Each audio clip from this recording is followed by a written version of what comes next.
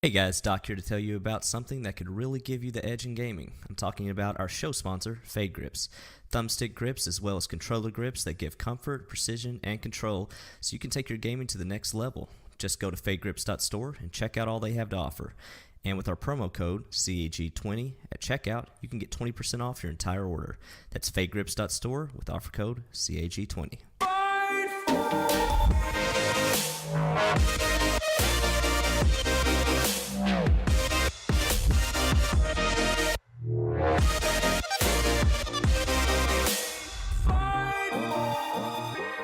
Hello everyone and welcome to episode 45 of Cross Atlantic Gaming. I'm your host Risky the Kid, and joining me this week are my co-hosts Doc H1X1 Hello. and Chocolate. Howdy doody. It's a nice quiet show with no guest hosts. How do you guys feel about that? A little intimate maybe?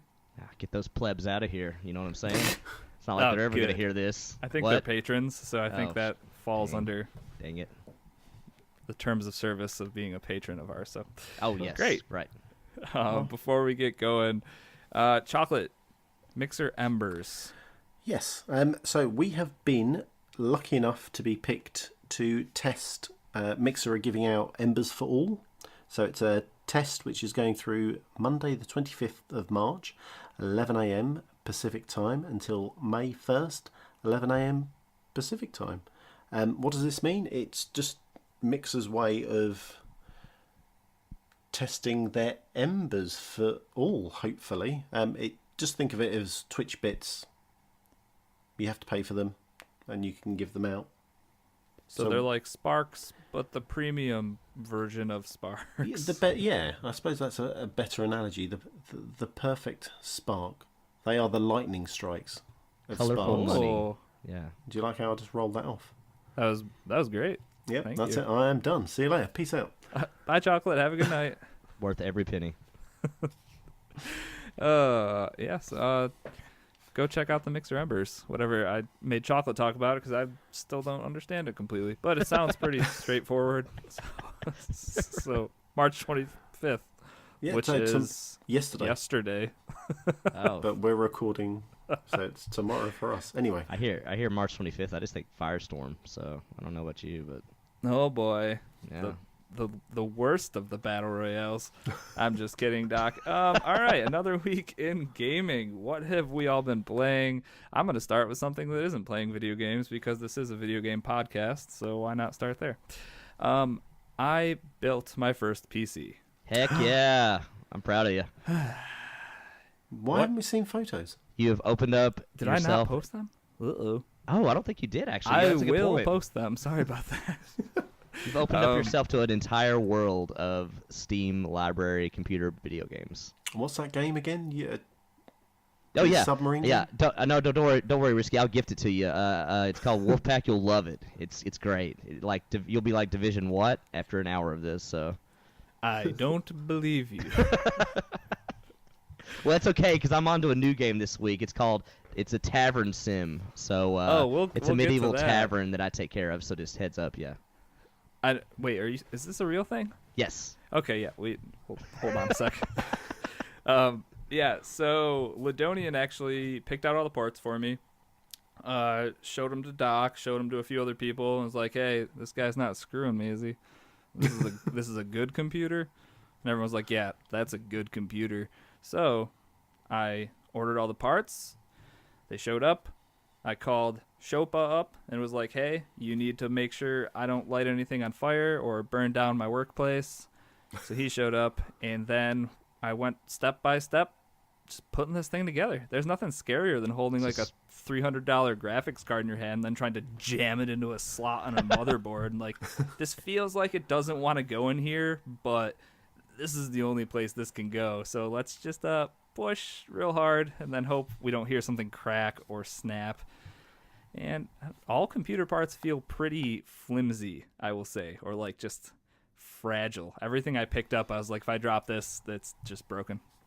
Or you'll hear just like a little bitty piece of plastic inside rattling around. You're like, that's probably not good. Just Like, shake it and you can just hear parts. That's what one thing that happened while I was doing it. I was trying to screw in the motherboard, but Yeah. I was doing it. The last screw I had to do was like up in the top left corner when the tower was standing up straight. So it was mostly on there.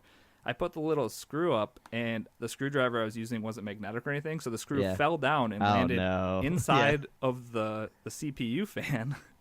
So I have this tiny little screw that was stuck under the CPU fan, and I couldn't get it out. Let me just tilt this entire expensive machine over and start rattling it around. This will And be Doc, fine. that is exactly what I had to do.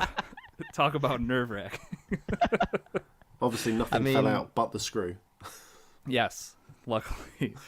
But after that, all happened. I was having issues with actually getting an image on my monitor. The HDMI port wasn't working, and I was like, oh my god, what did I do? Or what expensive thing is broken already? But I just took out the GPU and the RAM, plugged them back in, and apparently that just works for everything. Just unplugging and replugging things in just fixes all. Yeah. So Also, if you ever run into any software programs, try restarting, like turn it off, restarting the computer, and you'd be surprised how often that fixes it. it's crazy. But so that was the whole thing. My first PC build ever. It was a lot of fun. I see where you're coming from, but it's not cheap to do. It's Depending not on what you're making, I guess. Yeah, it's fun to do, and you want to do it often, but it's so pricey that it's a if you're lucky, probably ever 3 or 4 year type deal. So, but like the thing is that with what you built, you're good. Literally, probably until we're everything is obsolete due to streaming software. So Wonderful. you're probably good. Yeah. Nailed it on the head. Yeah. Anyways, I just wanted to let everybody know that I did that. I feel like it was just kind of like a rite of passage thing. Can't wait till you play Hospital 2.0. It's gonna blow your mind. So, speaking of gaming, I opened up, because I do have a Steam account for whatever. I've got a bunch of Command & Conquer games and the Half-Life. I think I had the Orange Box. That's literally all Oh my god. was in my Steam account. I just imagine you opening up Steam and being like, "What is all this crap?" It's the weirdest thing. And then, but one thing I did have was I had PUBG downloaded, and it said I had played 16 minutes of it at some point. I have no idea. I don't remember buying that, but it was there, and I played it at some point, I guess. So, I loaded into a game of PUBG. It's insane how much smoother it runs than I remember. I don't know if it's actually running decently on consoles now, but on the PC, that's a world of difference. One thing about PUBG 2 is that's one of the few games where you can brute force it if you have good enough hardware to run really well, and you could brute force it with what you had. So yeah, and Ladonian messaged me earlier today. He's like, did I make you order 2 extra fans? And I was like, no. He's like, all right, well, here, order these. We're going to overclock everything. I was like, I don't, okay. you probably don't need to do that, but at the same time, if you've got it, why not? I mean, it's fun to tinker around with that too. So That's what it seems. So I dropped into that match of PUBG. I killed the first guy because I think he landed and then was AFK. So that was easy. Nice. Then the next guy I ran into, like, going from a controller and then never using mouse and keyboard for any type of competitive anything was the most difficult thing in the world. Like, trying to click with my left finger and move my mouse at the same time. yeah. My brain wasn't having it. So that'll definitely take some getting used to, or I need to just buy an adapter and use an Xbox controller. One or the other. I don't know. The adapter. Adapter probably. Xbox, yeah, get that, plug in that Elite controller, and you're good. Sounds wonderful. All right, what else are we playing? Well, the first game we might as well talk about was the Master Chief Collection. That was for our community play that took place this week. I wasn't there, but you two were. And Chocolate, we'll start with you. How was Master Chief? You showed up a little late, you said, right? Yeah, I obviously with the daylight savings time that we didn't factor in, I was slightly late. But yeah, first game was really good. I have some choice words for the group of players for that first game. We may have planned out Operation Nutella before Chocolate showed up, and that was our code word to basically, even though we were playing Slayer, which is free for all, we only went after Chocolate until we figured it out. God. I lasted about 2 seconds and died, and I couldn't work out why. And then I think, was it a quarter of the way, halfway through the match, I then suddenly realised that everyone was after me. Doc, you're evil. To be fair, Chester was the one that suggested it first. So. This makes so much more sense. If you said But Chester I did was not. But I did not stop any of it, and I was all for it. So. Yes, hound it up. But wow, Captain Deadeye is unbelievable in Halo. He murdered me so many times. What game modes were you guys playing? Just a little bit of everything? A lot of custom games? Slayer, a few custom games. We did I never knew a racing game was in Halo ever for levels, and we did that. No. Can totally see why I never knew that existed, because it seems like an afterthought game mode. And it's not racing with vehicles, it's like literally on foot. I guess you could do it with vehicles, and maybe that would have worked out better. But we did a lot of old school, like we did Blood Gulch, Hang 'em High, a lot of old school Halo 1 and 2 levels. It was mostly Slayer, but yeah, we did some like SWAT, some Infection, things like that. But hey, basic Slayer on those old Halo maps is still awesome today. So You said Infection. That's like their zombie mode, right? Like one person starts it, and then I remember that being a ton of fun. Yeah, it is. It's really good. There's a lot of those modes like that. That's good. You know, they weren't the first to start. I think Call of Duty was, but they've got Prop Hunt, all those things in there. You know, so there's a lot of good Prop Hunt stuff. is hysterical. I don't think I have ever laughed more than games of Prop Hunt in Call of Duty. It's so funny. It's It was old school. Good laugh. Yeah, it holds. I think it holds up better than most people would think. I mean, obviously you can tell you're playing an older game, Because you but can't sprint. that was literally like until we hit a Halo 4 game, it was like, oh yeah, right, I can't sprint. Damn. Couldn't get my head around that at all. It's just crazy how much more you have to rely on actual like gun skill in games like that. Because Yeah. your mobility is not going to Positioning save your life. It's positioning and gun skill. Yeah, it's different, but yeah, for the most part, it held up really good. It was really fun to go back to those. I definitely would be up for playing that again, because just going back to like old school Blood Gulch, like Battle Creek, Hang 'em High, all those levels just like immediately was like, man, I could remember when I was like in high school going over to a friend's house, plugging in 2 Xboxes with a system link cable and playing like hours of Halo. So Ooh, Doc, I do think I remember someone in Discord saying that you were doing a little bit of camping and sniping. No, basically what ended up happening was I used to play a lot of Halo, and I'm decent. I'm not going to say I'm good, but I'm decent with the battle rifle or the DMR or the sniper rifle. So anytime I got those, I would just kind of go on a mini rampage, and like Thousand Fist liked to say I was camping every time, but I was pretty much mobile the entire time, but I was just using those guns. So Just moving left or right very He was just slightly is strafing not. back and forth. Yeah. See, the reason why here's the thing. It doesn't really pay to camp in those games, because that sniper rifle has a trail. So if you stay stationary in a spot, people are going to figure out where you're at real quick. So but yeah, it's fun though. I miss playing a lot of Halo. That's why it's got me more pumped for Halo Infinite. I was so annoyed that the what was the skull? I can't even remember the game mode now. Oh, Holding on. Oddball. We played some of that Oddball. too. Yeah. What is Yeah. Oddball? Oh, well, it's basically. Is that not in Call of Duty? Do they not have anything like that? I mean, I don't even know what you're trying to describe So here. basically, there's a skull, and you want to hold it the longest. It's And when like you King of have the it- Hill. Yeah, literally like King of the Hill, but with an item. And when you're holding it, obviously you can't use your guns. You can only melee, but it's a one-hit melee if you're holding it. But everybody can see where the skull is constantly on the map, wherever you are. Yeah. Okay, so it's kind of like a VIP game mode, except for it was like Actually, in that's probably their free-for-all. version. Yeah, that's Yeah. probably their version's VIP. Yep. I think Um, victory was taken away from me halfway through the match. I was leading. God knows how, but I was leading, and then Who did it? Chocolate. who did? Was it Who you, Doc, or wronged was you? it? I or know. was I it didn't Captain? win oddball. I think it might have been captain. Yeah.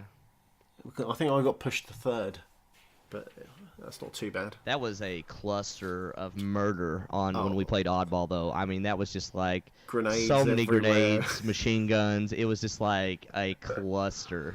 Yeah. But yeah, that was so fun though. I miss playing Halo like that. It's good stuff. That's awesome. Sounds like you guys had a lot of fun. Another successful cross-Atlantic gaming community play. Yeah? Yeah, in the 100%. 100%. All right, so this... The Scots definitely added a lot of flavor to it. So shout out to Kate and Chester and everybody. Yeah. a lot of colorful words. Chester pronounces murder is murder. Wait, actually, Chocolate, do you have a better take on it? Yeah, it's murder. Yeah, there you go. He's got to roll your R's. Yeah, it's a. To which even Taggart. Kate was calling him out, like, "What are you saying?" Like, Why are you talking like this? So shout out to Chester on that. That was pretty good. That was pretty good comic relief on those. So Great fun. It was great fun. Good deal. So this was Doc's community play. So Chocolate, you know you're next, right? Say what? Pardon? hello, neighbor. Here we come. Are you Hello, gonna have? FIFA 19? Oh, Wait, we can't have a Hello yay. Neighbor community play. No, listen, Chocolate's like real talk, real quick. Yeah, I'm not going through this again. Okay, well, yeah, I'll drop it. Sorry. I really do. I feel bad now for just bringing it back up. So It's kind of funny though. yeah, it is A little bit. a lot yeah. of it. So keep your eyes open. We'll try to get another community play scheduled for the end of next month. Just Yeah. keep doing these towards the end of the month each month. Yep. Good deal.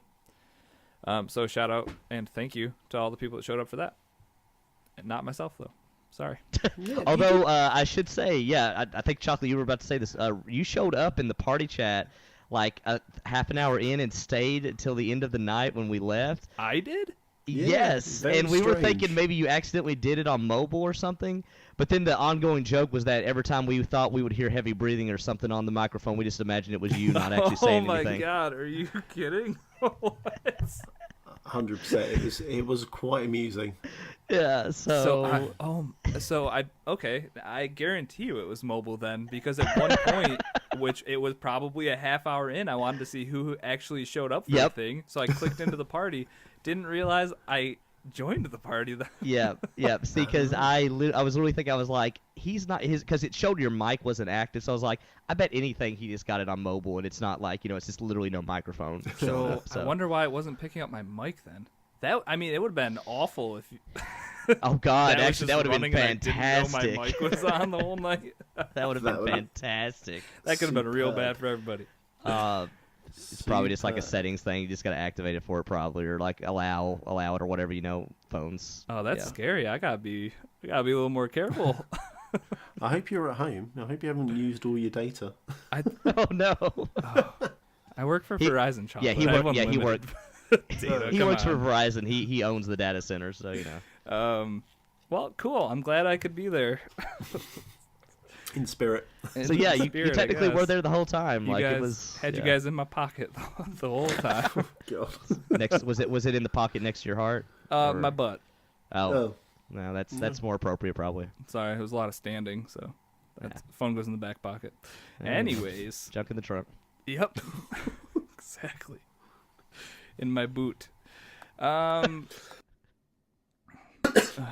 Well, really just made me lose my.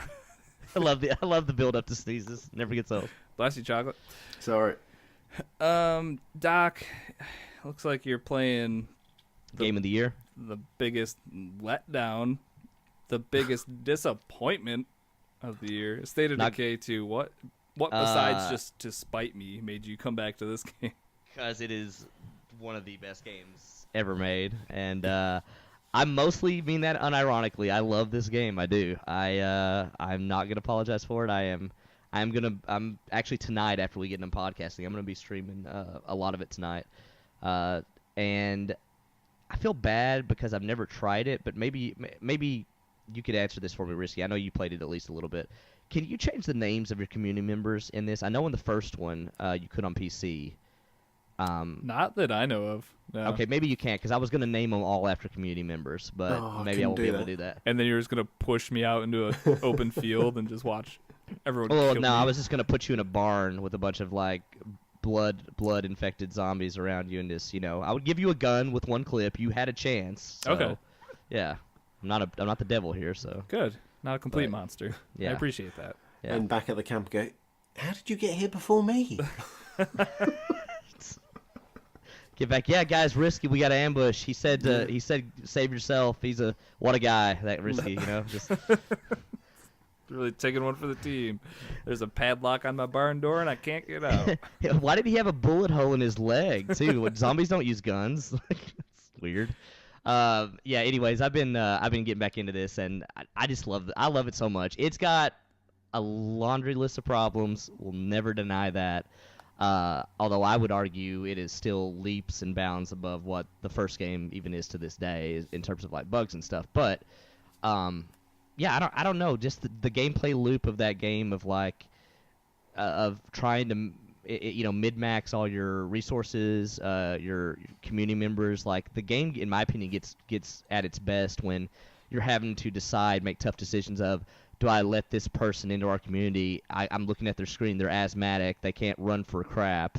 Like, they have no good skills, you know. This guy has asthma. Don't let him in. But He's gonna in my slow us opinion, down. that's when the game gets at its best, because you're literally having to make decisions based off stuff like, it's like, it'll say, like, was an ultimate Frisbee player, so is really well coordinated, has better stamina. Like, it gets fun with all of its little bitty stuff like that.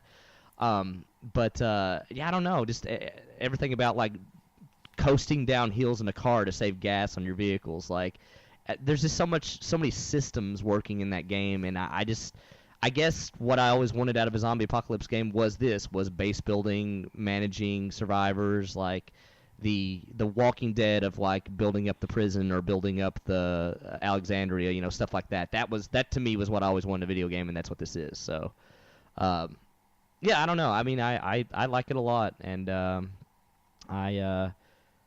I'm excited to see if the next iteration from Undead Labs is actually the MMO they've always talked about making from this. Or even if it's just State of Decay 3, I would be totally okay with that also. But only if they fix co-op. Yeah, co-op, I still get the idea co-op was still kind of an afterthought in this one, because like they do the Diablo-style loot of like everybody sees their own loot, and you can only... Although they have expanded the circle how far you can walk away from people. Like, it's fairly far now, but you can't go to the other side of the map. But aside from that, you can pretty much be pretty far away. But yeah, I wish there was a way, like as in a Minecraft realm, to where we could have like a realm of a base, and we could just hop on and do stuff whenever we wanted to. Oh, that'd be amazing. Which, hey, like I said, maybe if State of Decay 3 is the MMO they've always talked about making, and that's what it is, basically. Just this persistent world. You have a base, there's PvP, there's, there's a lot of possibilities there, and, now they're under Microsoft, so if anything, money's not an issue, I would imagine, so. Yeah, it kind of feels like it's all coming to that point, like, yeah, zombie apocalypse MMO. Yeah, I mean, if you look at what this game is, it literally is a build-up to that, because it's like, this iteration, they added the co-op, there's all those seeds of, like, man, this is really fun playing with other people. Wish this entire game could be this, ... So, but yeah, back to what I was talking about. Love the game. It's got its problems, but I'll be streaming this a whole lot here, pretty soon. And yeah, you'll get to see all the how much of a nice guy I am when it comes to these games and making the tough decisions. For the community. As I like to say, for the community. So if you're not 100% well, you're out. Yeah. Do not give me your health background, because I will scrutinize the hell out of it, and it better be spotless. Because if you don't contribute, hey, this isn't a democracy; it's a dictatorship. That's all I'm gonna say. Jeez. Yep. Welcome to the community. Anyways, go on. So the real question, I think everybody was on the edge of their seat waiting for you to answer, was, did you let the kid with asthma into your camp? Oh no, he. No, Okay. he went back to his little ramshackle house he was in. I went back there a week later, and it was completely overrun with zombies, so he probably didn't make it. Hey, honesty is the best policy. I got mouths to feed, man. I got mouths to feed, Like, what am I gonna say? Yeah. You want me to let him in and let Sarah starve? Do you hate Sarah, Risky? What do you got against Sarah? She needs to eat too. Okay. Exactly. Think about that next time. Yeah. Okay, fine. God. All right. I really wish you could rename the characters, though. That's really a missed opportunity, but oh well. Well, here's a game you couldn't play if you had asthma. Apex Legends. Lots of running around in that game, huh? Chocolate, the Apex Legend. You been getting some wins, or no?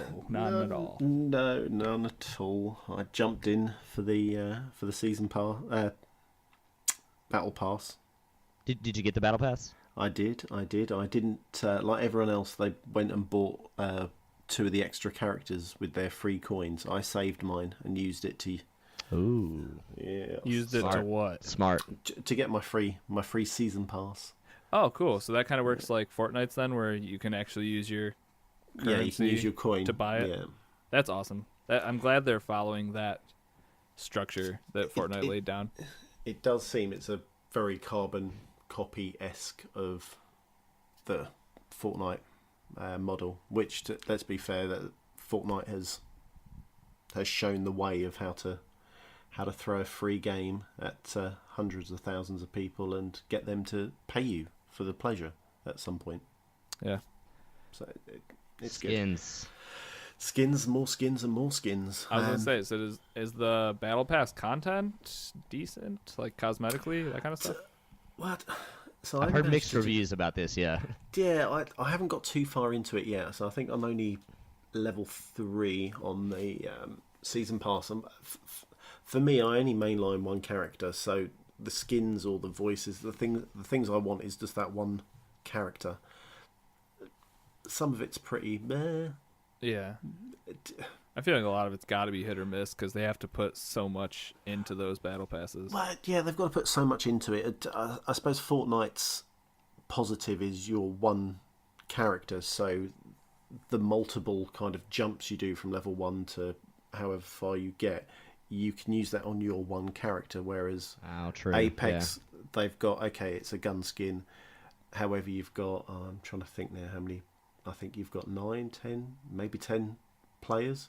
So then all their bits are broken up into that battle pass as well. So you could be getting stuff for Caustic, for instance, and you don't use him. So it's like, oh, great, I've much more like the Overwatch problem kind of thing. A little bit. Wait, so what is Fortnite doing that's different than that? Well, like Chocolate was saying, like instead of having multiple characters that have their own clothing options, it's just... Fortnite, everything you get is theoretically usable on your one guy. Yeah, gotcha. Straight away. So that's the little, I suppose, the frustrating part of it. Sounds like you need to branch out and play some more characters. Possibly. Are you just playing smallest hitbox person and that's it? Well, I'm playing Lifeline. I medikit. I can't do anything else. The other abilities, I'm so confused. Occasionally I use Bloodline, but I feel I'm not using his abilities to the maximum.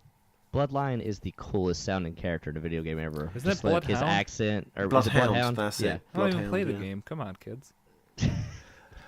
I just love how that character sounds, though. He's a cool sounding character. He's got some good skins as well. There's some of the cards like pop up when you're playing just look unbelievable. The banners and stuff.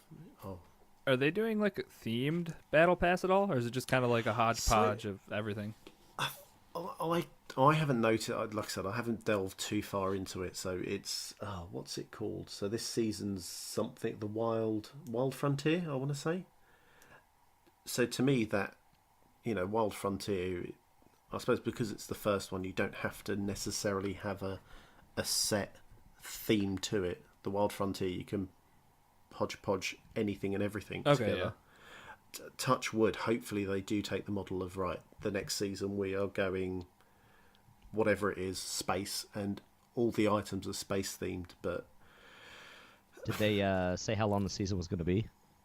I think it's 3 months, and okay, all right, so that's a decent amount of time. Yeah, I can't tell you when it ends because, like I said, I haven't played enough of it.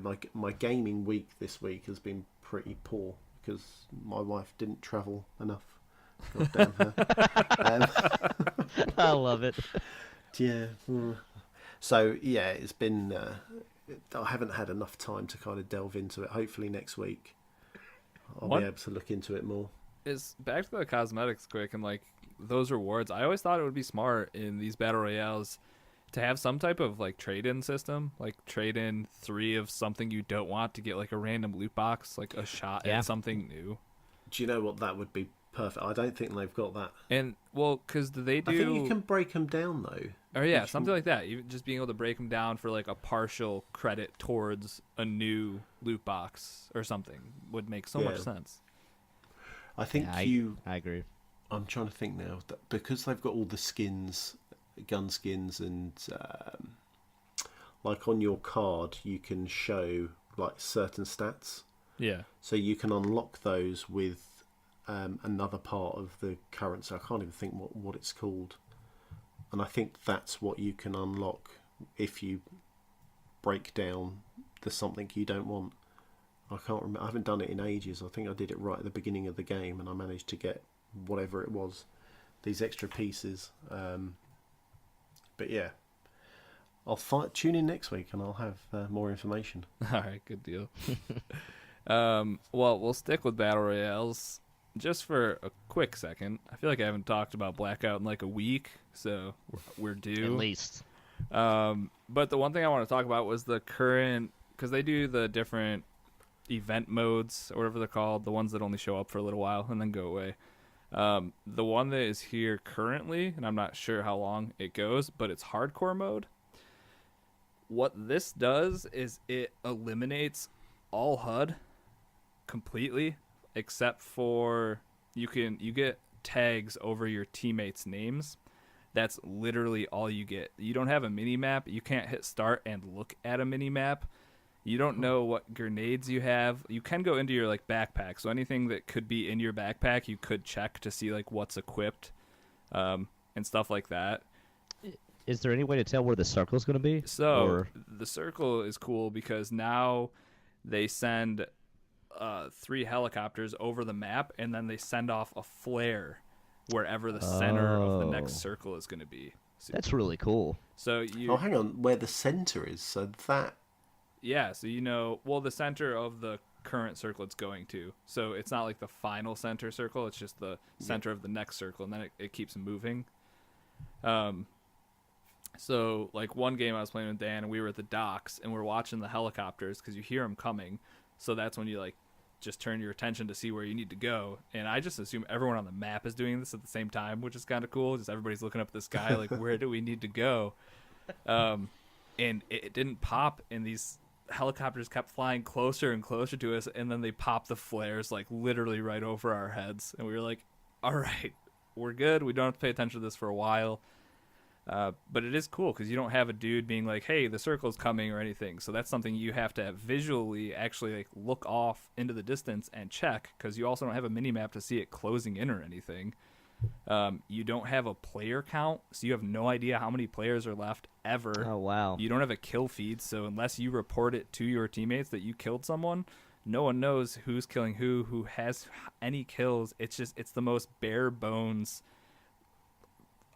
realistic in quotes, like battle royale mode I've ever played, and it's so intense. It's so fun. So if that sounds like a super. Oh, sorry. No. We don't. We've only played a few games, to be fair, and it's also a squads game, so like just from there, we've kind of been at a disadvantage. But map knowledge and like communication are so crucial. Yeah, it sounds like a must. Like, and because we literally like exclusively drop at the docks, and we always have, it's kind of like we know that area and the surrounding area so well that any call out you make isn't going to be like an estranged one or like something that you're not going to understand. Yeah, it's a ton of fun. It's very different than anything I've played as far as battle royales go. So now, like, you can't see, can you see ammo count, stuff like that?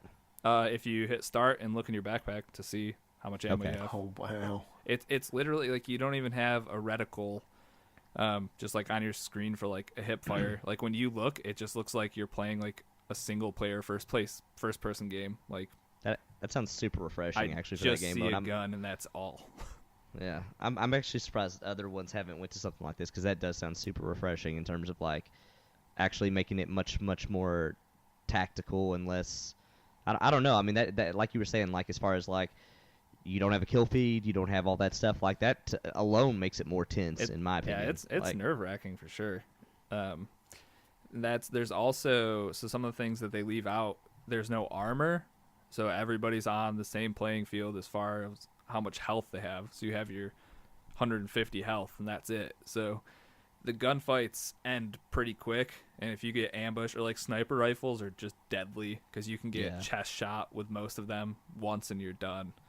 So there's no armor, there's no vehicles either, which is actually kind of nice, and it makes having to pay attention to the circle that much more crucial, because it's like you don't have an easy quick way to get over to wherever that flare deployed. Just a lot of cool changes and different it's nothing I've really seen as far as any battle royale games go.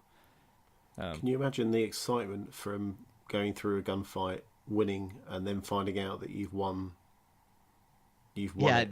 not knowing that otherwise. Like, because that's what I'm saying. Like, getting to the final circle is like, is there 12 guys left? Is there 3 guys left? Like, yeah. Yeah. We got second place, and it was. I saw one dude in front of me. I think it was just 3 of us. It was me and 2 guys on the other team. One was far to my right, and one was far to my left. So I was shooting at this guy on the right, thinking maybe this was just 1v1. It was a pretty small circle, and then I just got lit up by somebody on the left because I don't have. Normally, I'd see 3 people up, so I know there's this guy and someone else. But here, I'm like, all right, that's the last guy. I kill you, I win, and then I get murdered off to the left from his teammate. So That's really cool, though, yeah. I definitely, if you're not a fan of Blackout or never really got into it, I think it's a cool one to check out just because of how different it is than anything else right now. But yeah, it's a good mode, and I don't know, like I said, how long it's going to be around. So sounds like they're doing a good job keeping that pretty fresh in terms of, like, you know, stuff they add, season pass, game modes. Like, it seems like they're doing quite a bit with it. Yeah, it doesn't seem to get. It's not in the spotlight by any means, but for people that are actually super into it, they are doing a decent amount. Like, they have their battle passes and their seasons and all that, but it's not the number 1 trending game on Twitch ever, so no one really talks about it, but it's good. Speaking of other good games, this is going to be week 2 of the Cross Atlantic Gaming Division 2 coverage. Let's go live to Doc on the scene of Washington, D.C. Doc, how's the Division 2 looking this week? Bodies everywhere, murder. I don't even. Just so much. I got a cool gun and backpack though, so that's pretty sweet. It's purple. I like it. Got it off another guy I killed, but find any jean jackets and trash cans or anything? Found one in a water bottle. Oddly enough, I don't know how they fit it in there, but yeah, it's mine now. You know what I'm saying? But it's yeah. On the plus side, though, you know, a lot quieter, you know, than back, you know, when there was people around. But no, I mean, yeah, Division 2. I haven't got to play it near as much as I wanted to this week. I've got up to, I think, level 24. I'm kind of bummed that I haven't hit 30 yet, but I don't know. You guys might be able to speak more to it. I've kind of slowed down on my pace just because I had a lot of stuff come up this week, but I'm still enjoying the hell out of it, though. Good too. Chocolate, how far are you? Have you been playing this at all? Or have you fallen off? I've been playing a little bit. Like I said, gaming's been tough this week. I jumped in with Doc, and how far did we get? I think I'm only level 10. Yeah, we definitely we knocked out a couple missions and a lot of side stuff. Yeah. Well, I think we got dragged into every side mission trying to go to the main mission. It was we were running all over the shop, but the game feels good. It's got that nice clan, you know, what you're working towards as well. The game's good, and it's so much better when you've got your clan with you as well. It feels, it's really hard to put into context. It just feels right. It's not like a shooting star. It's like, oh wow, look at how great it does what it says on the tin. And it's got that. It gives you that itch to go. I need to get back into it. Like, I'm desperate to play it, and I can't. I thought I was going to play it this weekend, but we had the community event and then recording tonight, and I was like, oh damn, I've got to wait longer for the Division. Yeah, I completely agree. This one has its hooks on me in me. Also, speaking of the clan, I think we are maybe at level 7 or 8 right now. That's awesome. We've been crushing it. And for anyone out there that doesn't have one yet, I think if you just search Cross Atlantic Gaming, that's agents, isn't it? Or CAG CAG agents, agents. yeah. CAG agents. Yeah. We have so many stupid usernames and things we need to keep track of. They had kind of not a great name creator for that. Like, you could only do like 9 characters, couldn't do dashes. Like, could do, I don't know, it wasn't great. Okay, but, so it's CAG agents, one word. Yep. And I think we still have spots open. Yeah. You can have, I think, 50. Was it 50? Yeah, Yep. yeah. I think we might be around 20, so plenty of space still. And we have enough people that are playing daily, I think, that we are leveling up pretty quick, and our weekly crate, I think, is more than halfway done. So Yep. we're making progress. Speaking of making progress, I got to World Tier 4, Nice. which is, for now, it's endgame. So what was weird is when I got to level 30, I thought I was going to get a gear score. Like, everything was going to switch over to a gear score instead of just a level. But you have to go and beat each stronghold first. Yep. And one thing I didn't realize is that you could be playing these while you were leveling up, because I think the first one's at level 26, then 28, and then 30 for the last one. I neglected them completely, so I hit 30, and I was like, all right, how do I get into World Tier 1? Because I literally had no idea somehow. Because it didn't trigger the takeover thing because you hadn't done those yet? Well, or... so that was the thing. The takeover happened, so like the Black Tusk came in, but as far as my progress was halted until I beat the 3 strongholds, which each of them are actually pretty fun. I don't think there's as much variation as I would have liked. It kind of felt like just maybe a little bit longer main missions, and I will say that some of the main missions were a lot cooler than the strongholds in general, but they're still good. I haven't really run into too much content in that game, or too many missions or side missions where I was like, man, this is garbage, or like I'm just doing the same thing over and over. Well, I guess really you're just kind of walking into each room, clearing out a bunch of enemies, and then walking into the next room. So technically I'm doing the same thing all the time. Told you, there's a lot of bodies in DC right now. Let me tell you. There must be. So after I beat those, I got into World Tier 1, and then in order to get into the next World Tier, you have to beat 2 invaded missions, is what they're called. And those are the missions that are being taken over by the Black Tusk.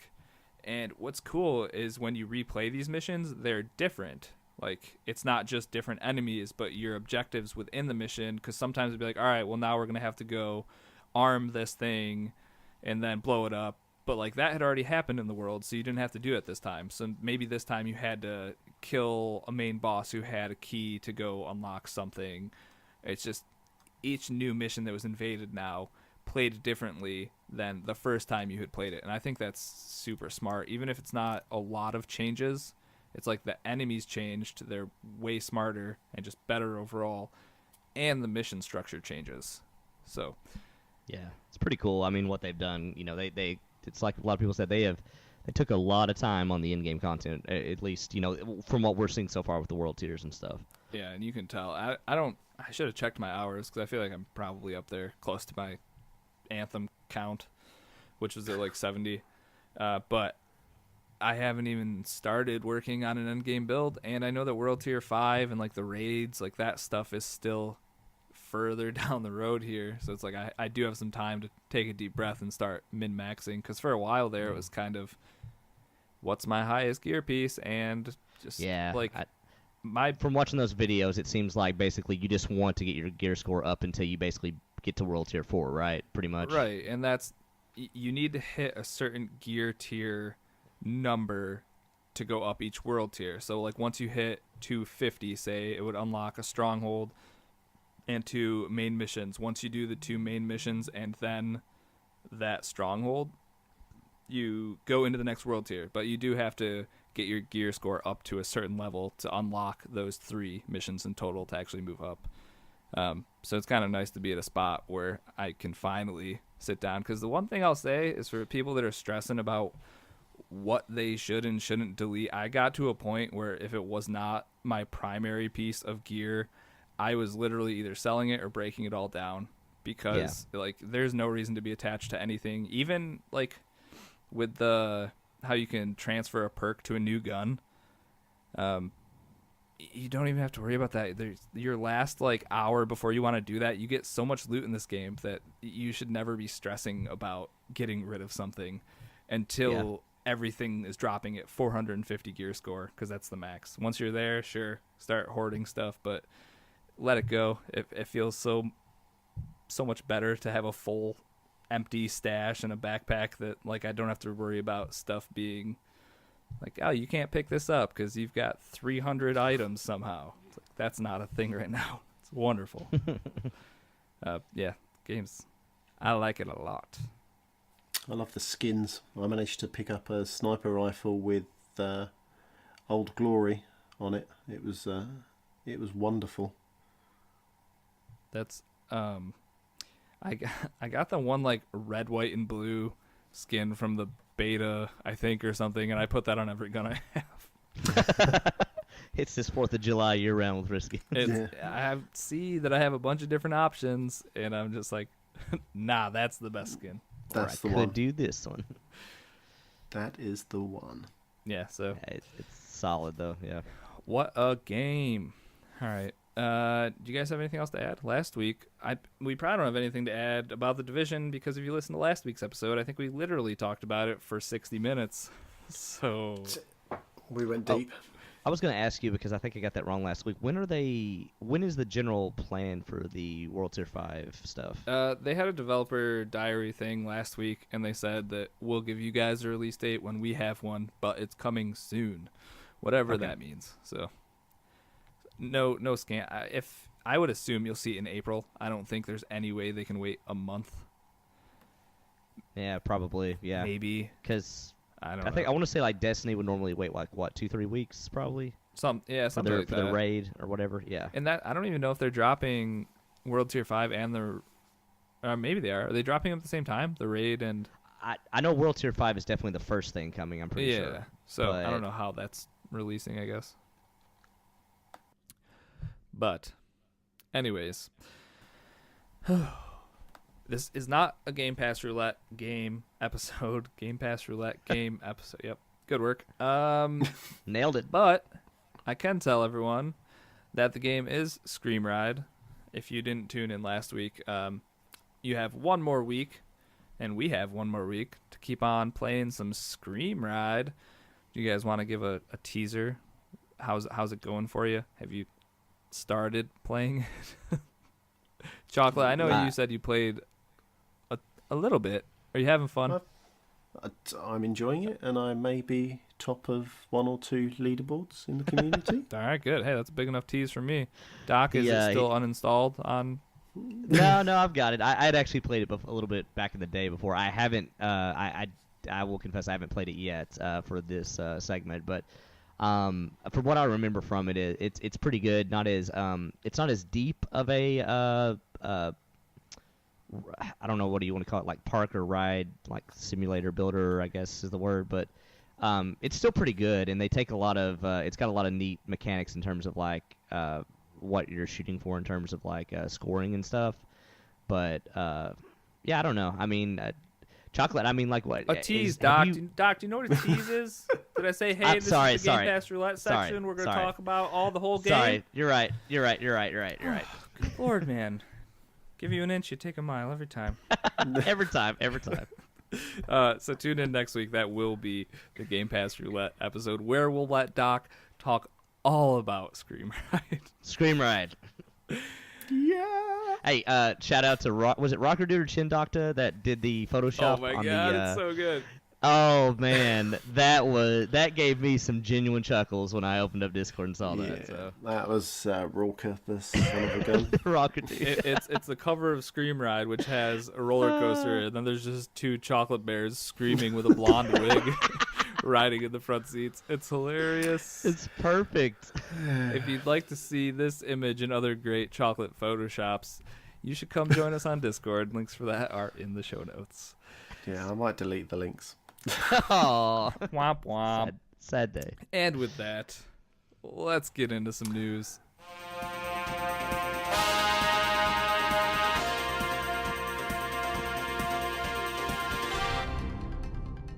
All right, Doc, what is in the news this week?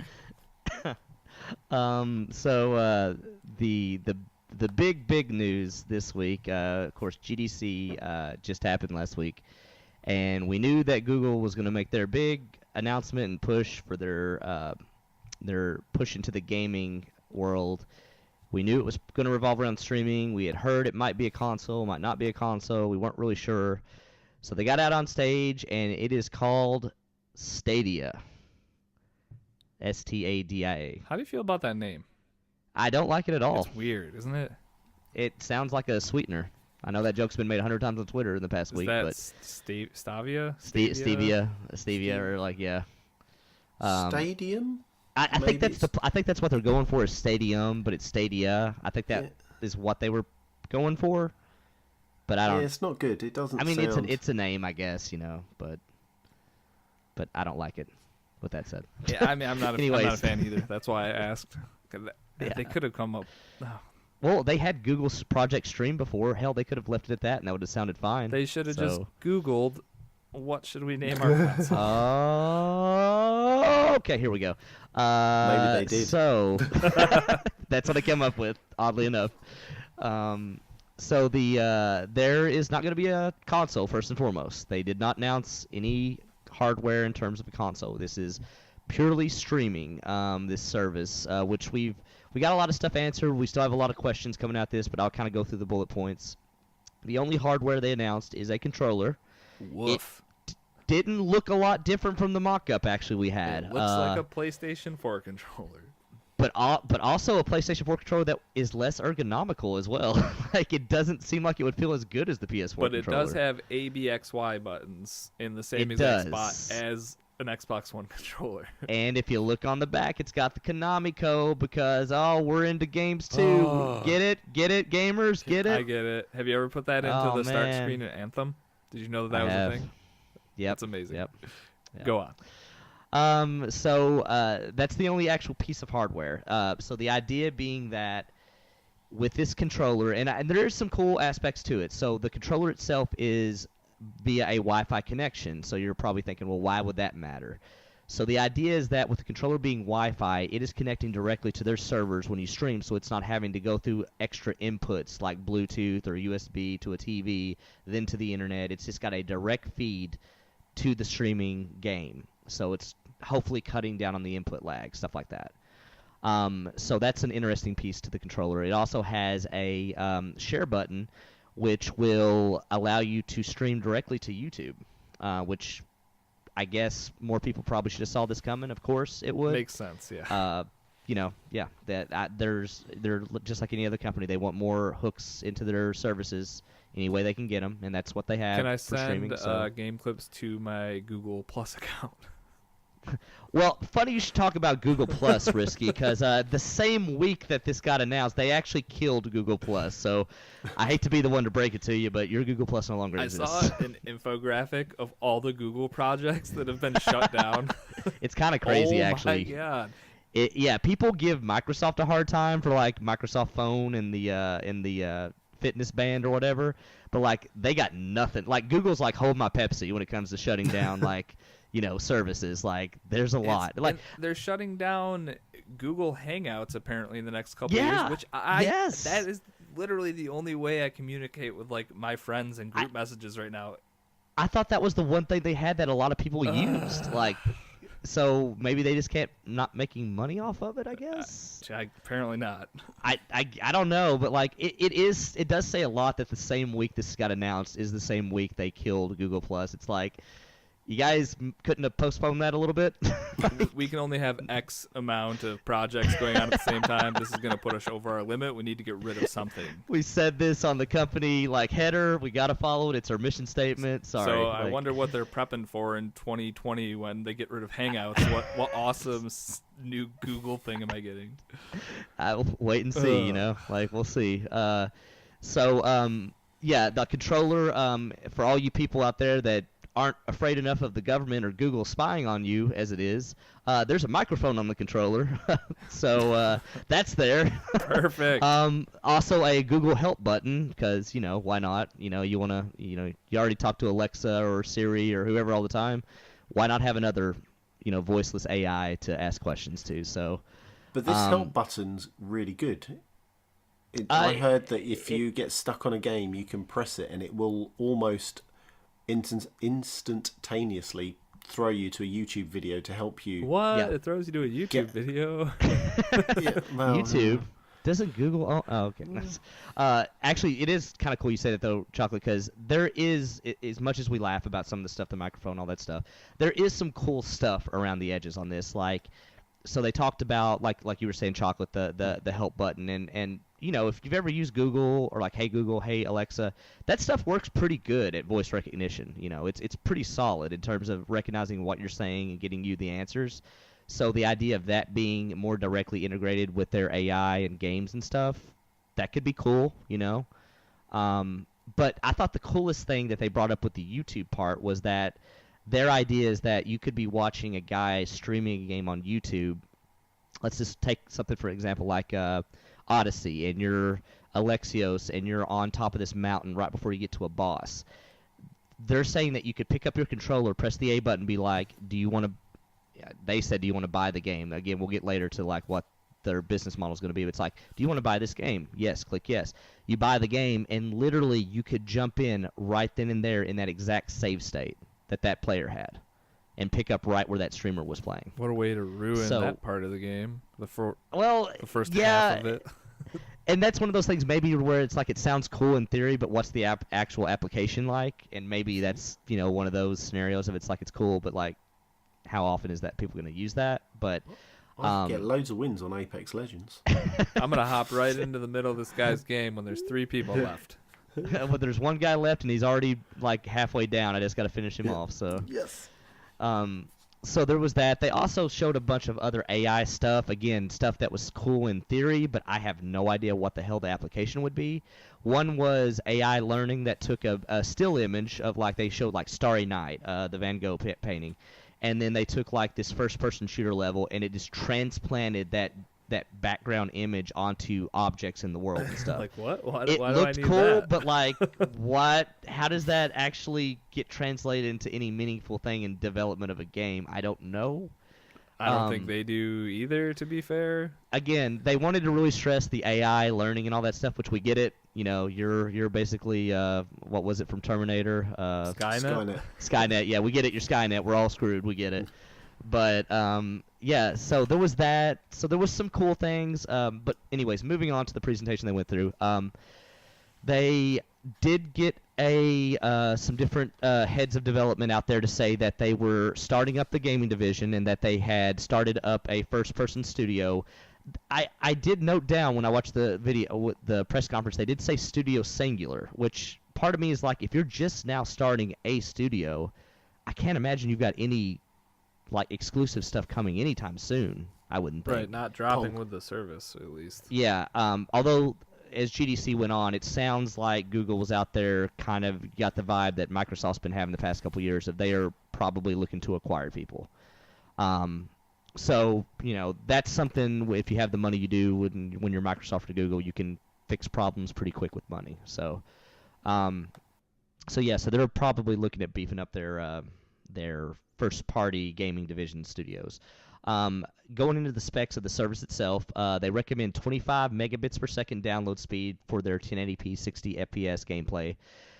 They got out and said that higher speeds would offer 4K 60, and then they got out and said, hey, you know what? Screw 4K. Have you heard of 8K? Because, yeah, get some. 8K coming at you. You only need gigabit internet offered by us. You only need Google Fiber. Oh, wait. Oh, this is all making so much sense. Well, see, the funny thing about Google Fiber is they're already cutting that back, too. But that's...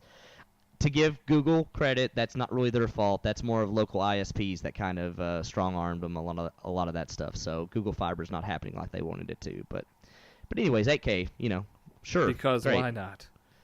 Because why not? Your eyes can only see so much. Yeah. So anyways, the reason why I'm going to bring that up later, their download for their version of 1080p 60 is that does reference something we can compare with Microsoft's xCloud later, but we'll come back to that.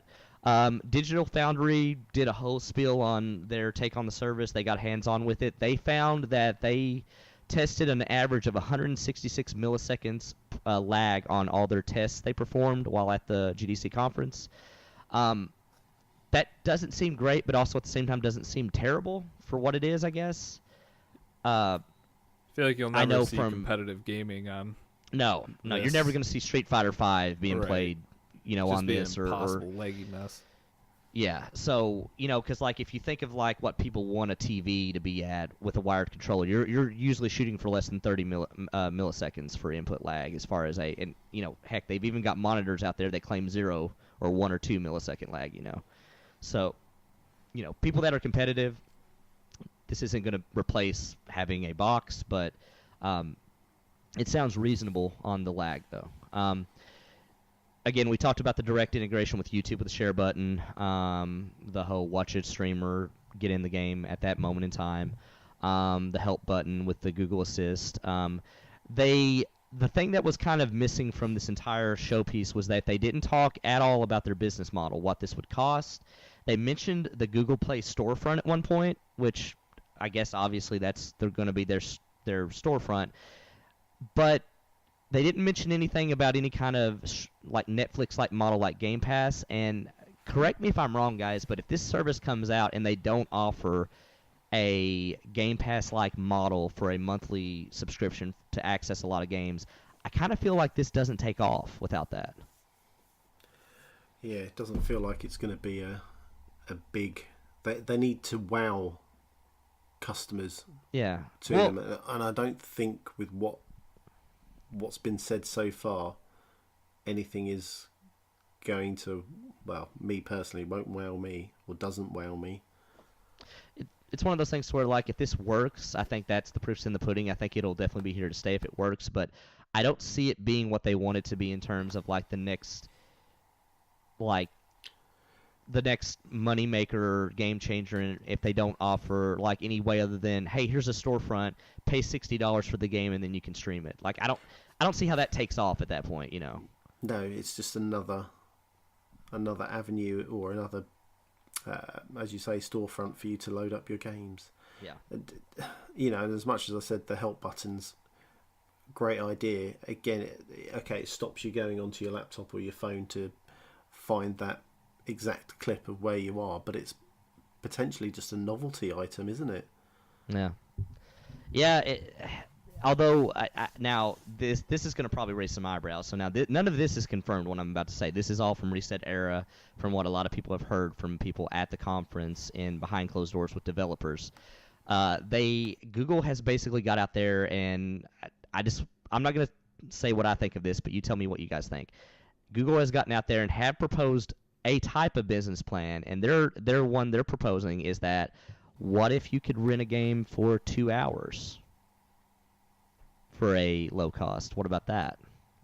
Like, let's say, like, Google's idea is that you've got 4 hours till your wife gets home to play a game. Maybe you pay them $5 to rent it 4 hours. It's more options, I guess. Yeah, I guess that's the only positive way to look at it, right? It's kind of weird. I feel like the price would have to be pretty low. Pretty for low. Me to think that was a good idea. But then, I guess in certain instances, if you get like a 10-hour single-player game, and if I can rent it for $10 total, then sure, that's fine. Yeah. But yeah, I don't know. It's a cool idea. Yeah. So I mean, again, I think it gets back to, I think they need a Game Pass-like model for this to really take off. But with all this said about everything, though, I think the thing that gets overlooked in streaming is it'll be pretty cool to be to a point one day where we no longer have to install 80 gig games to play them. Right. Like, we just press a button and we're playing instantly. Like for Scott, man, who couldn't join in on the community play because he forgot to download Master Chief Collection 100 gigs or whatever. Yeah. So this is coming out this year. It will be available on anything that pretty much runs Chrome, essentially. They even talked about how any non-smart TV you could plug in a Chrome cast and it would work with the controller. Well, I guess not the controller itself, it's Wi-Fi, but it would allow whatever it needed to happen as far as the service itself. So it's coming this year, and it sounds like, other than, unless you count PlayStation Now, this will be the first major to the market streaming option for, like, phones and things like that. So moving on, Microsoft was obviously also at GDC. They had gotten on Inside Xbox the week before, kind of showed off xCloud running on a phone a little bit. Some things to note from their showcase is that xCloud, or Microsoft is claiming that it only needs 5 megabits per second internet for 1080p 60 FPS. I call baloney. Me too, because the idea that I would be running at 5 megabits or have 5 megabits per second internet, which is barely good enough probably to download your email, let alone have little to no input lag on a video game over the internet. That's like I can barely open a web page at 5 megabits. Yeah, that is what they're claiming though, Huh. and they say a lot of that is backed up by what they're doing with Azure. Something I will say really quick that was a little bit misleading about the Google conference. They at one point showed a. I got way too much in the weeds on this on Discord, but yeah, well, anyways, they showed a graph of basically like here's all our node centers and stuff, and what they failed to say was that wasn't their data centers. That was them using edge nodes, which exist in the world at various places for for basically you to ping off of your data for various things you're running through the internet. Servers, different ways VPNs could be used, things like that. But when Microsoft got on stage, they're basically like, hey, here's actual data centers we own with Azure all over the world. By the way, we're the only ones in the Middle East. We're the only ones in China. And we have more data centers than Amazon and Google combined, which is saying a lot because Amazon actually leads the market in terms of sales at this point, although I think they said Microsoft will pass them this year. But Amazon has been leading in terms of just renting out their cloud servers, but the idea that Microsoft owns more than both of them combined is maybe that raises your eyebrows a little bit with like, okay, maybe they can do this a little bit better or just as well as Google. But with that said, their conference mostly centered around how they want it on every single device that could possibly run xCloud, including phones, computers, any console, anything like that. And the big thing about the phones they got out and said was, let's say you're somewhere and you have a phone and you don't have a controller with you, although any controller will work that connects to the phone via Bluetooth. They are basically putting in default touch controls for any game that you would play on xCloud. And they also put in an SDK kit that would allow people to make custom touch controls, which doesn't sound exciting at first, but then they showed like how Turn 10 had made custom controls for Forza. And it was like a throttle and like a little steering wheel kind of thing and stuff, and it actually looked kind of awesome. Smart, actually. Yeah, really smart. And you're like, okay, I could see some games taking advantage of that in a really smart way, actually. Yeah. So they got out and said every game that runs on Xbox will run on xCloud at no additional work to the developer. They will all have default touch controls if you don't have a controller. So it sounds like Microsoft is doing all the work to make sure that if you want to play a game on your phone in the middle of nowhere and you have nothing else but your phone, you can theoretically do it. So, yeah, so they got out and basically talked about that, said they would have more to say at E3. So anyways, that I would like to say that's the end of the streaming talk. I'm gonna go through rapid fire on the end of this news here, but that's not all for streaming because the last bit of streaming news, real quick actually, I'm gonna do a pop quiz or just a question to you guys. If there's another company out there that you would imagine would get into the streaming game this late in the day, what would your guess Walmart. be? You son of a... Did I guess right? Yeah, you did, actually. It's Walmart. Wally World. Good old Bill Walton. So, yeah, Walmart got out there and said, hey, we're looking to get into the streaming service thing. Enough so to where they were talking to developers behind closed doors at GDC like, hey, we're looking to do this. Would you be interested in being on our service? So, sure. Walmart's going to offer a game streaming service. Pass. Oh, seems a bit late. No, thank you. It's definitely one of those things to where, like, I feel like they're in the same camp Sony would be because it's like if you're not Amazon, Google, or Microsoft and you own your own servers, you have to rent from one of those three guys. So how profitable is it at that point if you're having to rent the servers, you know? But I don't know. I hope this isn't real. Who knows? But anyways. No, I think it's real. There was enough people saying that they had talked to developers that said, yeah, Walmart was there asking us questions. All right. So. All right, here we go. Moving on. Apple is planning a Netflix-like subscription service for its App Store, curating a list of apps or games that it would basically highlight for its service. You would pay a monthly fee to have access to all those games. Like First thing mobile games? Mobile games, yes. I thought all mobile games were just free.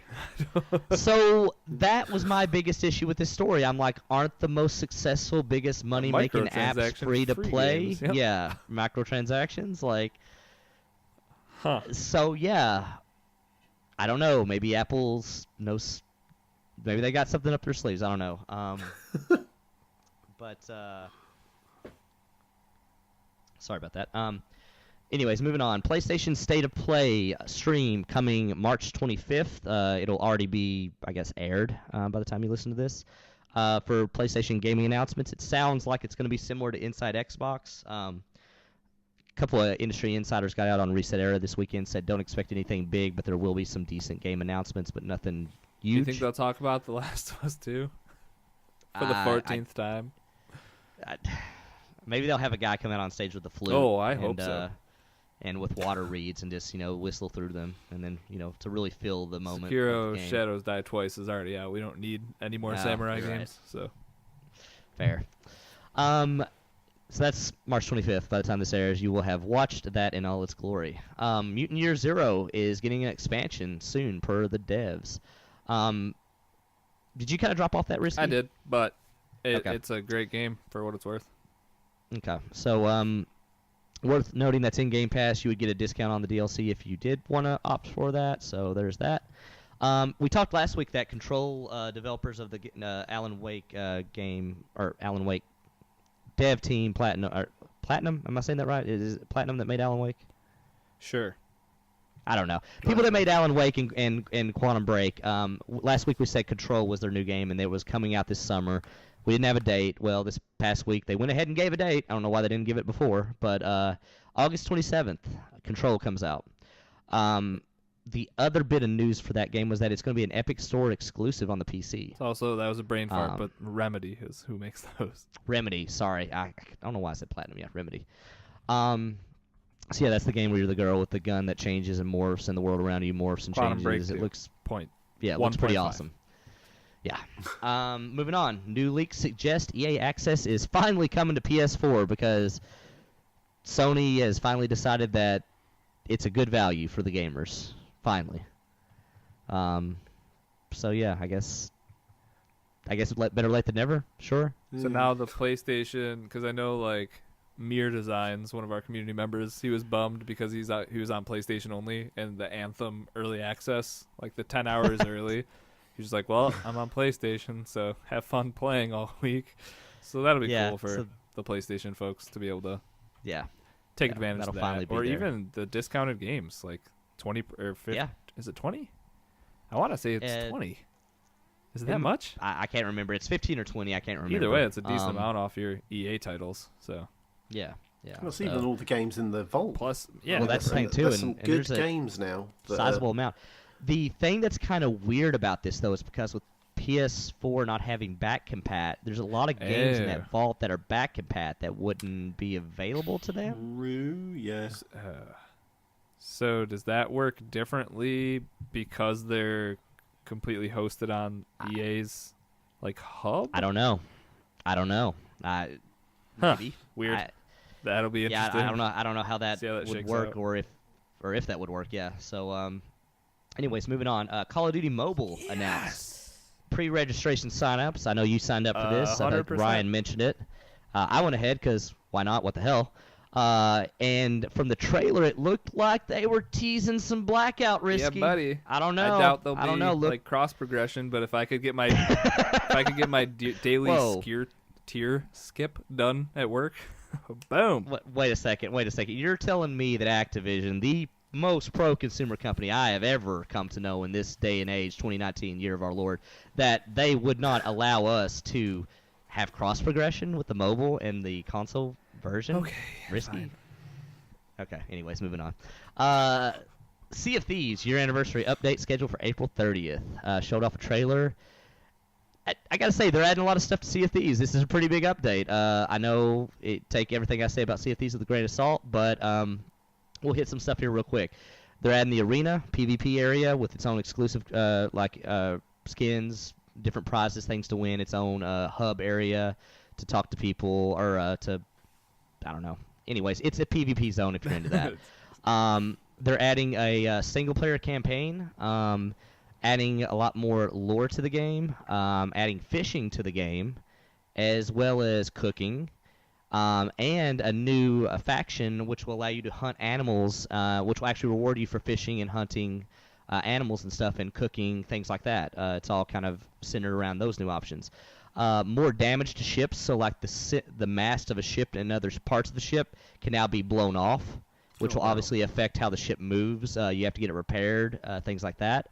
There is, I guess I can finally talk about this because they showed it in the trailer, and yeah, a lot of people was in the Insider program. There's a harpoon gun on the front of the boat now, both sides. It's actually kind of freaking awesome because here's why. And the trailer showed off some of the awesome stuff.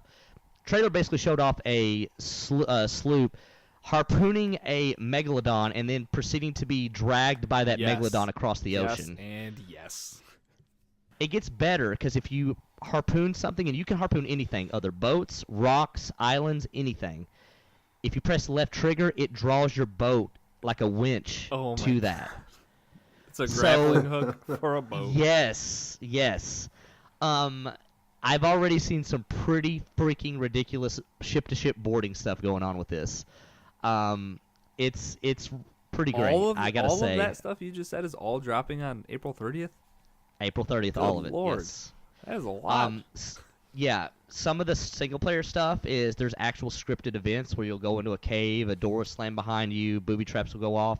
They're adding stuff where you have to look to the sky for constellations that will trigger an event and point to a certain area of where you need to go. It's a lot of cool stuff is getting added, and like I said, animals that you will hunt, skin.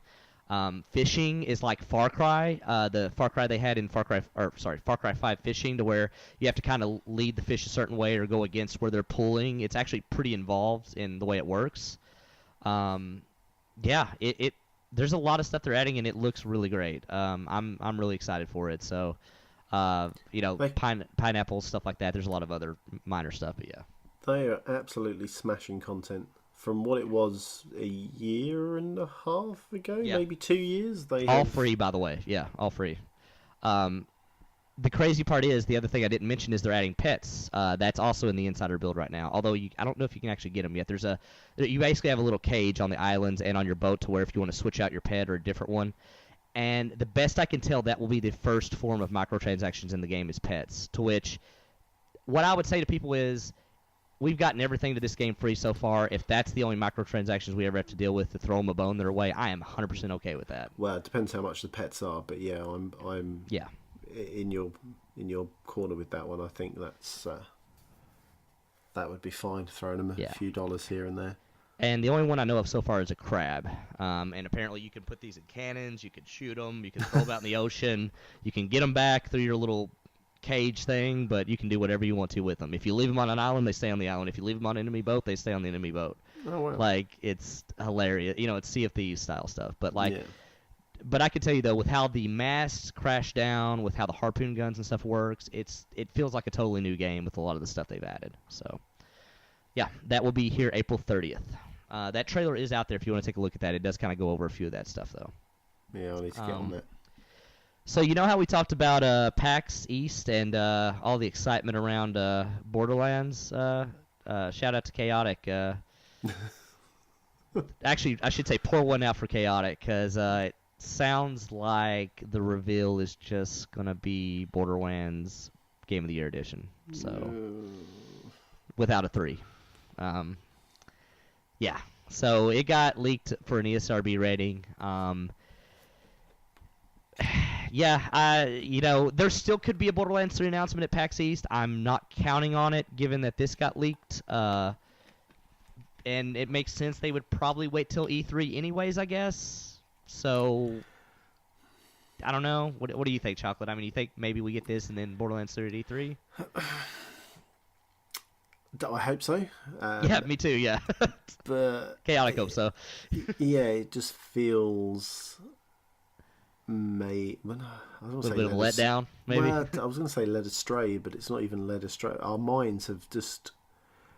that Twitter post has sent the community into madness, and then this dropping, you're all of a sudden looking and going, great, I'm not going to get what I want. Yeah, and like we've said forever, Take-Two and Randy Pitchford has hinted at Borderlands 3 forever. So we know it's being worked on, if not near ready, and it's just a matter of when they want to release it, I guess. But anyways, yeah, this is a little bit of a letdown, though, I got to say. I hope they're just throwing a bit of shade, and then a nice big huge, leading everyone off the. So thinking this might be like a red herring kind of thing. Just yeah, and then drop it at E3, and everyone goes crazy. Yeah, there'll be tears in the street. E3, Borderlands 3, follow the money. Just saying. Ooh. 333. What? What does it mean? The numbers, Mason. The numbers. What do the numbers mean, Mason? All right. Moving on. Rainway announces Xbox app will release June the 4th. So for people that don't know what this is essentially a program that will allow you to play your PC games on the Xbox. So a few weeks ago, Xbox got out and said, hey, that Mirror app that's out on Xbox, you can theoretically play your PC games on an Xbox. I will say, for having tried to do this firsthand, it is not easy to do and doesn't work super well. So the fact that Rainway is coming out with this app for Xbox actually sounds pretty cool. So, games that support controllers, and now that the Xbox supports keyboard and mouse, theoretically your Xbox would be a Steam Link, I guess, Now I just have to figure that's out pretty cool. What games I couldn't play before, because is there a lot of PC exclusive games? Risky, are you kidding me? Okay, I guess I probably just offended a bunch of people somehow on accident. Okay, well, I'll say this. The big third-party stuff that comes to console obviously comes to PC. That stuff is known. I think what you're missing out on PC is... World of Warcraft. Well, yeah, I guess, yeah. That is one, yeah. But it would be stuff like some of the random stuff I play, but even I would argue that I play more random stuff. There's still a lot of stuff like,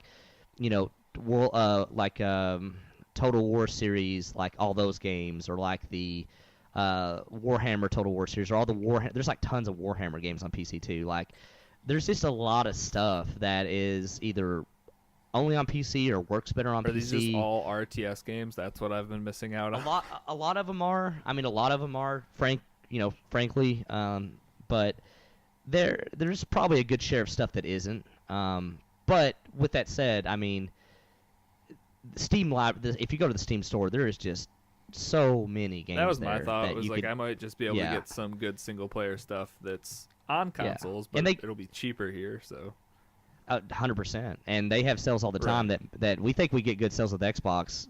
They call them Steam sale for a reason. Like they that pioneered that whole like bargain bin stuff. I better make a wish list or whatever they call it. They have that function on Steam, so there you go. Yeah, Risky will finally get to utilize a wish list. You heard it here first.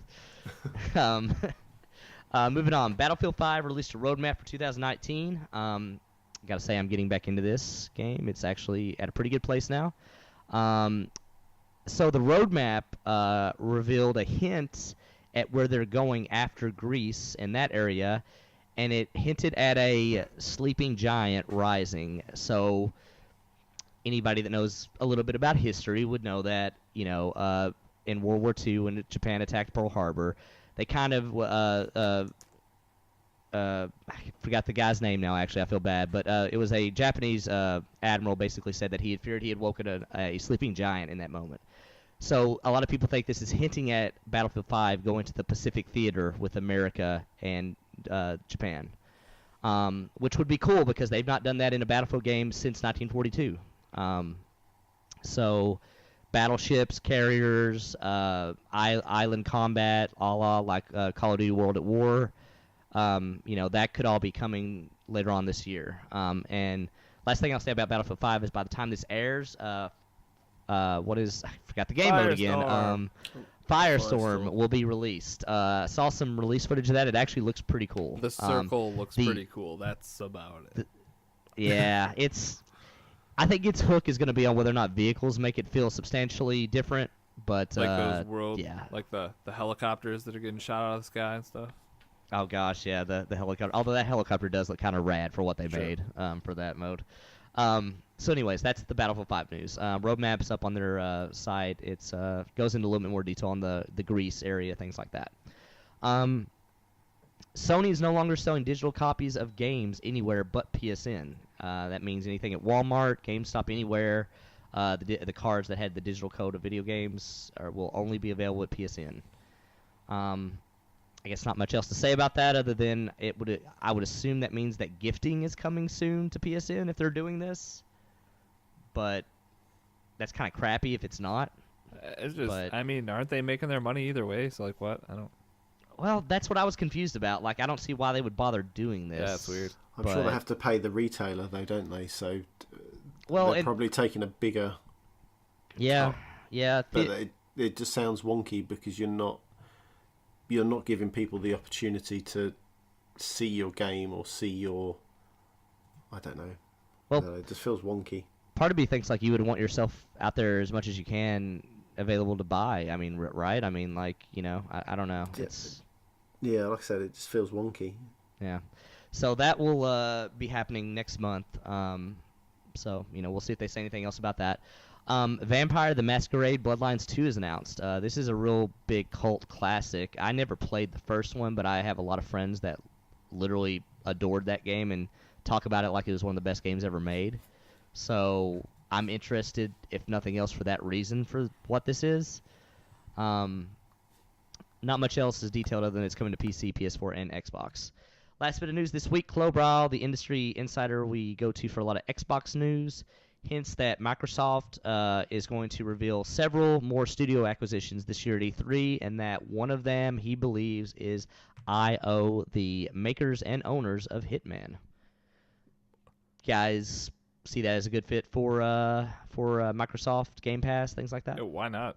I think the Hitman, like how they release Hitman, would be such a perfect fit for Game Pass. Totally agree. I think when Game Pass first launched and they got into the mode of buying studios, I think people had always floated this studio as like, man, that sure seems like that would be a perfect fit. Like, yeah, I mean, so that'd be good. Yeah. Yeah, like every 2 months you get a whole new level that you can level up and all the different like weekly assassination attempts and all that stuff. You know, that could be cool. That's it for the news, though. Sorry, Chocolate, I interrupted you.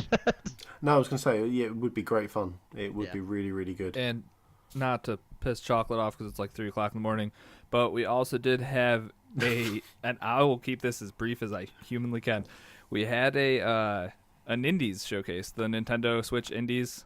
Yes. That was this past week. There was just a few things I would say. Cuphead is coming to the Switch on April 18th. Which I think a lot of people thought that would never happen, but now that Nintendo and Microsoft seem to be best buds. Xbox Live integration coming later this year with it, too. Well, there you go. Yeah. So that was cool. Blaster Master 02. Getting a sequel to Blaster Master. Is that in any way connected to your Thrustmaster? Hopefully I can play Blaster Master with my Thrustmaster. Yes. Whoa. PG, please. Sorry. Risky. PG. Who is the Double Fine guy? Is that Tim Schafer?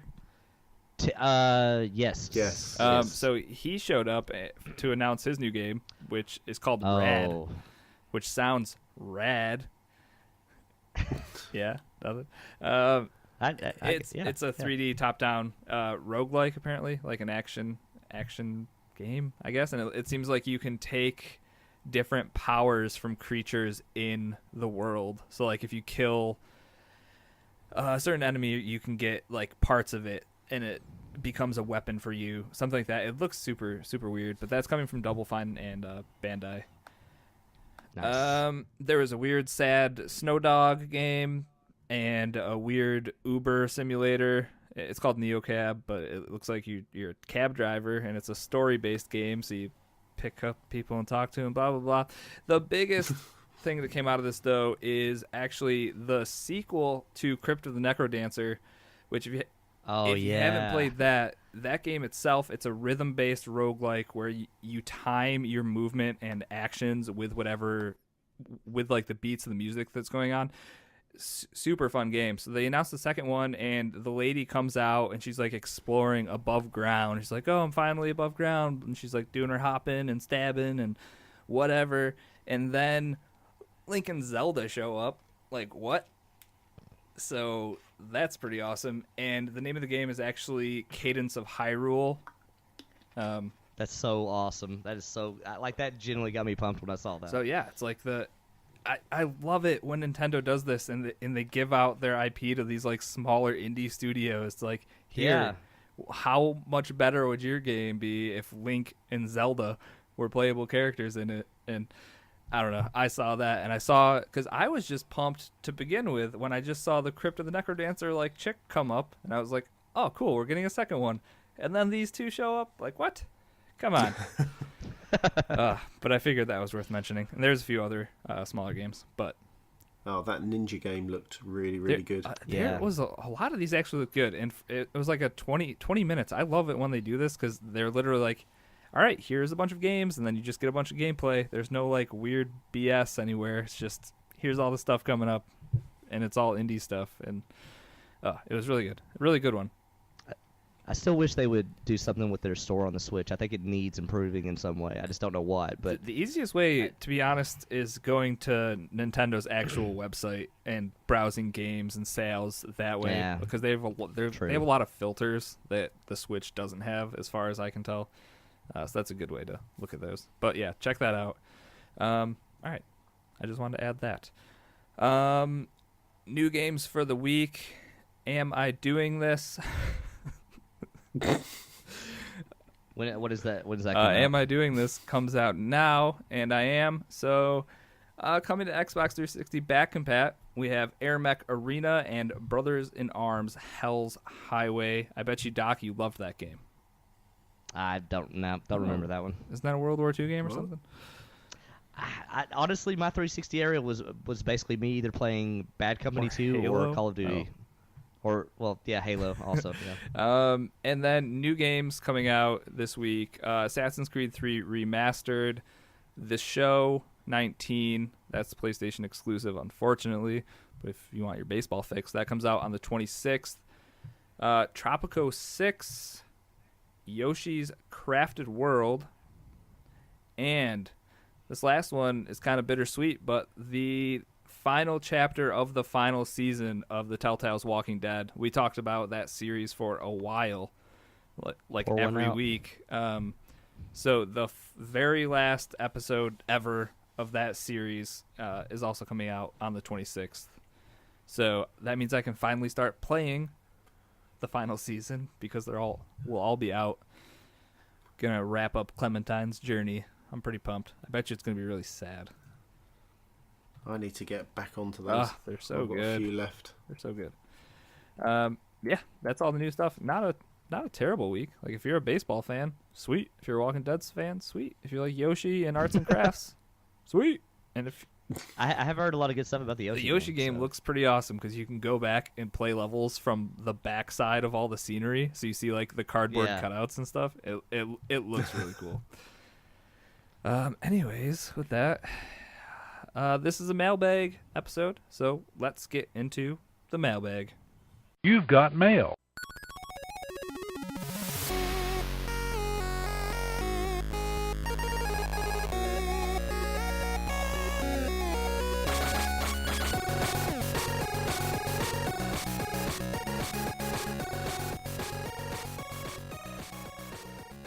All right, so this month's mailbag will start off with a question from Troubadour. He says, choose a game genre. Then, like a best of all work scenario, what attributes from other games would you take to make it the best experience of that genre? Example, an FPS game with a story quality like something like Uncharted, the mechanics of some game here, and so on. Excuse me. Either one of you want to start with this one? Tro always writes in some brain busters. I know we don't always have great answers, so if anyone has one, speak now. Let's think.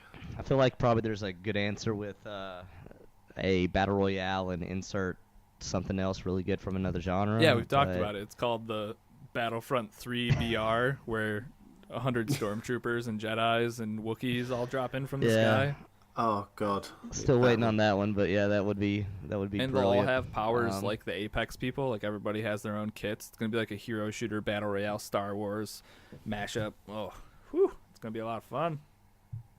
I guess.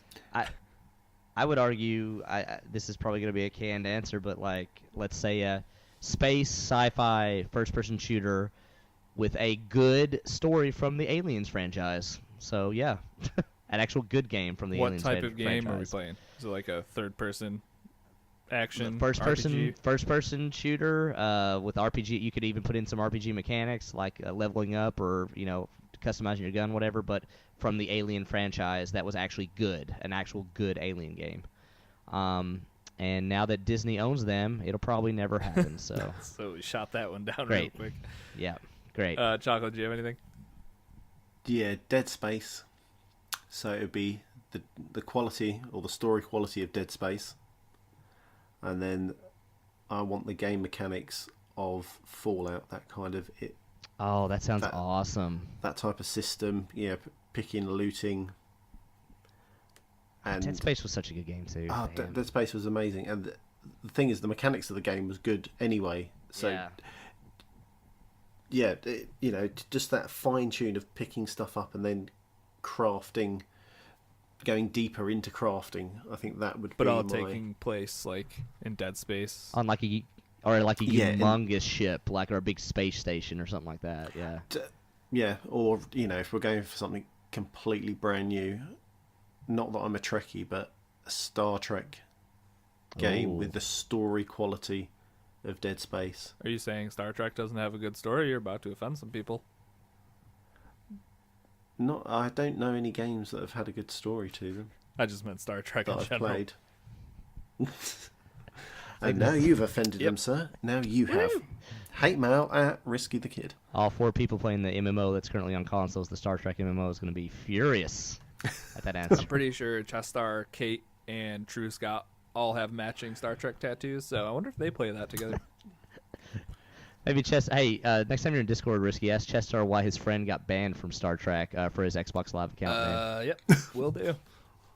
Good story behind it. Don't do that. Maybe don't. So the answer I was going to give, which is more, it came about from watching that Love, Death, and Robots series that's out right now on Netflix. And if you're in Discord, I have already talked about this a little bit. But there was an episode of that show that was about these farmers that had mechs on their farm as like protective elements, but also for like farming, I'm pretty sure. So I want something that's it's a third person action RPG, because those are the best games, obviously. It's going to have farming elements like Stardew, so you can do all that kind of stuff. You've already got me hooked. But then it's also at some points is going to be like horde mode, like wave defense, because in that episode there's like these aliens that come through, and that's when the dudes go and hop in their mechs and they protect their farms and like their towns and stuff. So being able to like build up a town and actually having a good story with like your farmer neighbors, and then everybody has these own mechs, and like even in the show they all had very customized mechs. Like one was like a spider mech, and one dude had giant rockets, and like you're going to be able to customize all of that.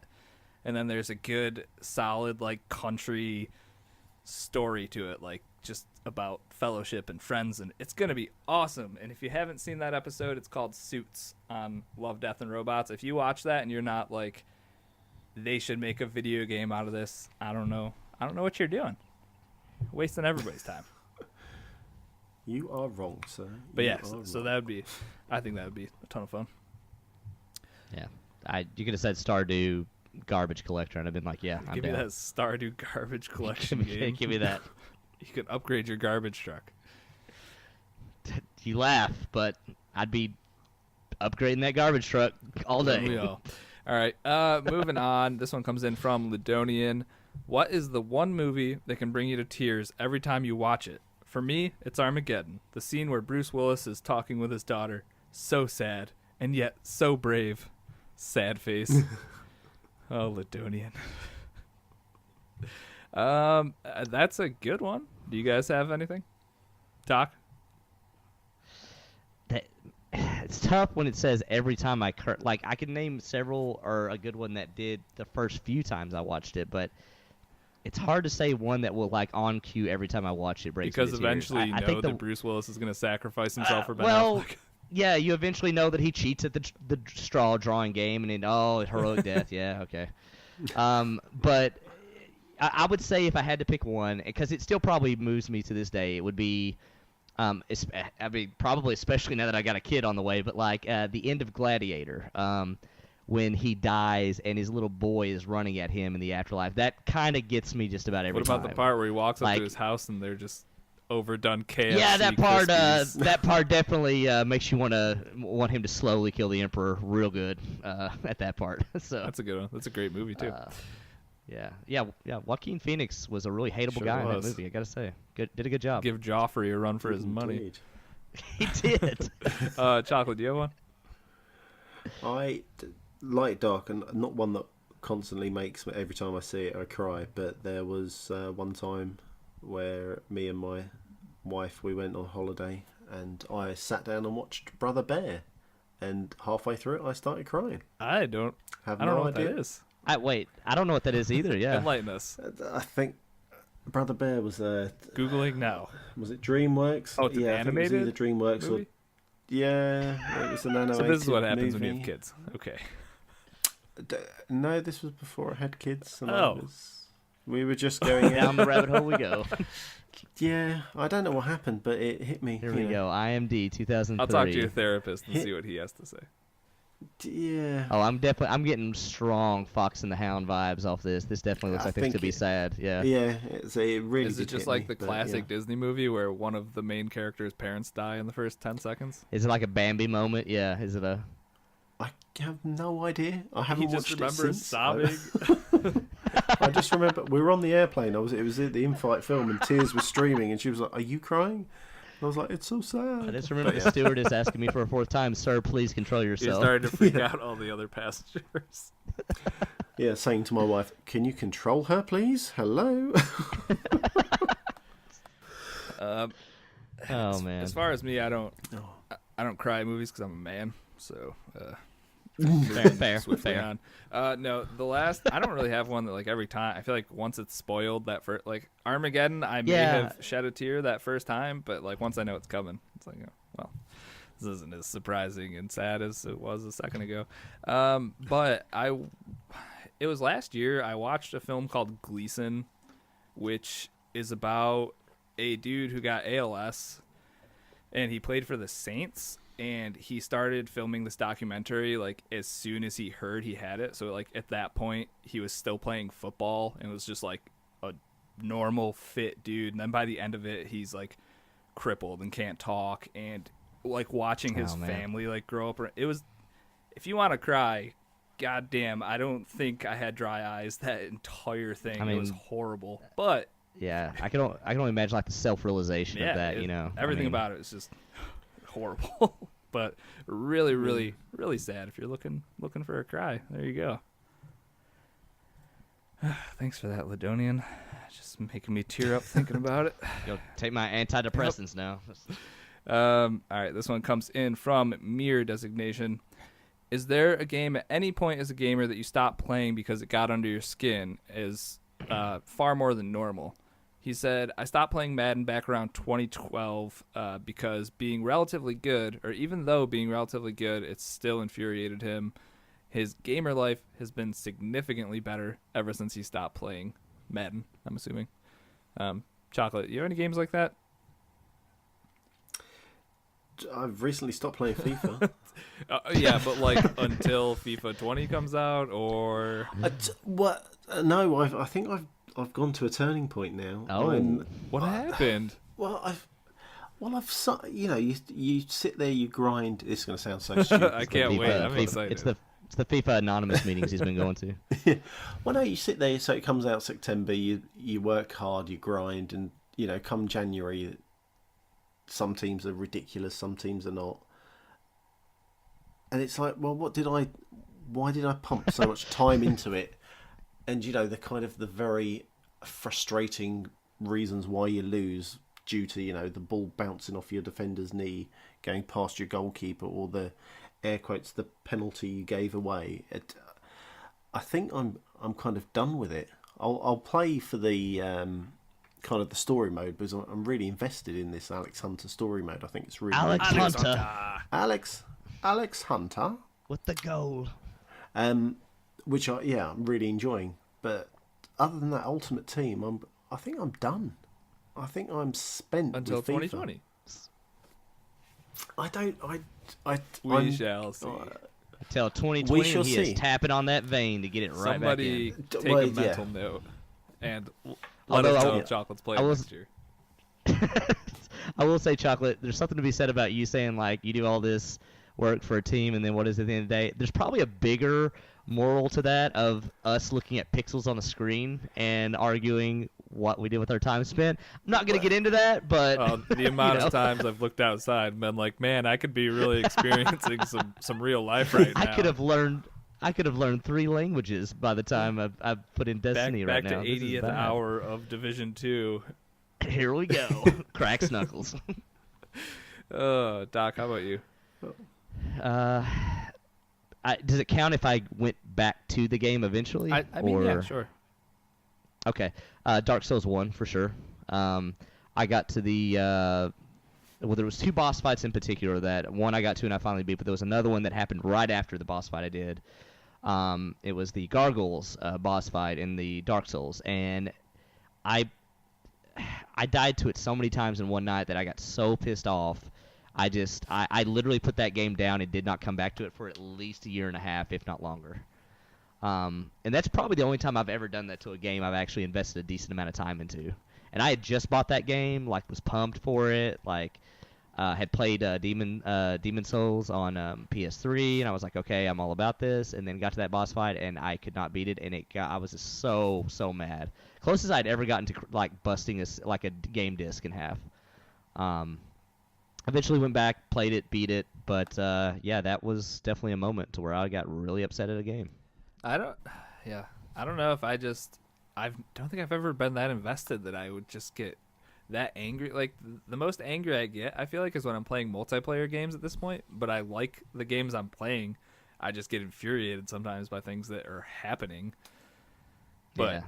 Or you rationalize it on like they're lagging or something like that. Yeah, there's no way this is my and... fault, although it's 100% my fault. How do you shoot through that rock? But generally, if I find a game that I start to find frustrating, I don't know. There's 8 bajillion games to play. I always just move on to something. I don't think anything's really ever gotten me like infuriated to the point of having to just shut that shit down.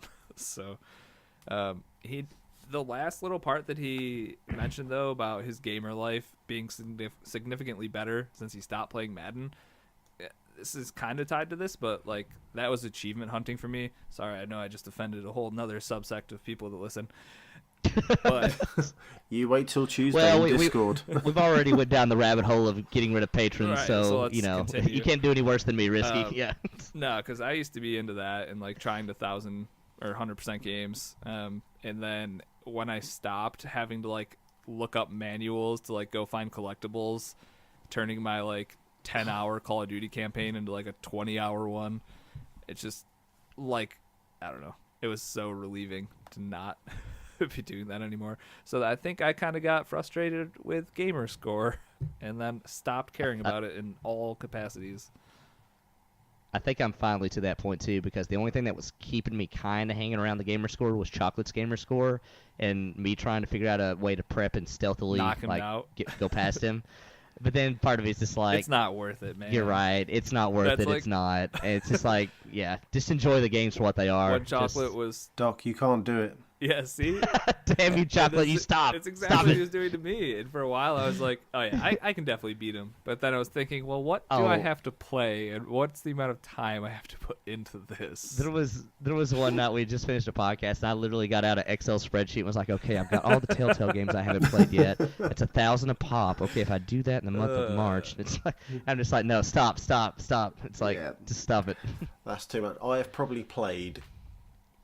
my ratio to achievement is probably outrageous because I just play games and then halfway through I'm like, oh yeah, this is rubbish. We have too many options. Play the and next one. disposable income Yeah. really doesn't help us at all. Being a child Except gamer Gunman was way Clive. easier. Yeah. Oh, 100%. And Gunman Clive. I Saw still that haven't, bad boy to the end. haven't done number 2 yet. I'm stuck. You let Moose beat you. I might need to. Dude, the B playthrough is totally Moose different, hates man. that game with a passion and beat both of them before you did. Moose hates that game so much he would almost go to a store, buy every copy so nobody else would experience it. That's all right. I've got codes. Don't worry, guys. I'll give codes out. Don't worry about it. We got you covered. All right. This next one comes in from Free Radical, and I'm gonna need help, or maybe you guys are just as lost as me. Might be the most free radical question ever. Oh, there's two of them here. Okay.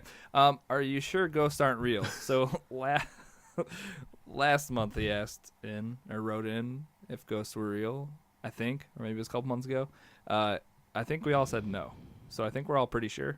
Or maybe Chocolate. Yeah. Chocolate may have. Do you know what? I can't Okay, remember. I can't well, remember Chocolate, I'll ask yesterday, you right let alone- now, you weirdo. Do you think ghosts are real or not? Today I'm going with no.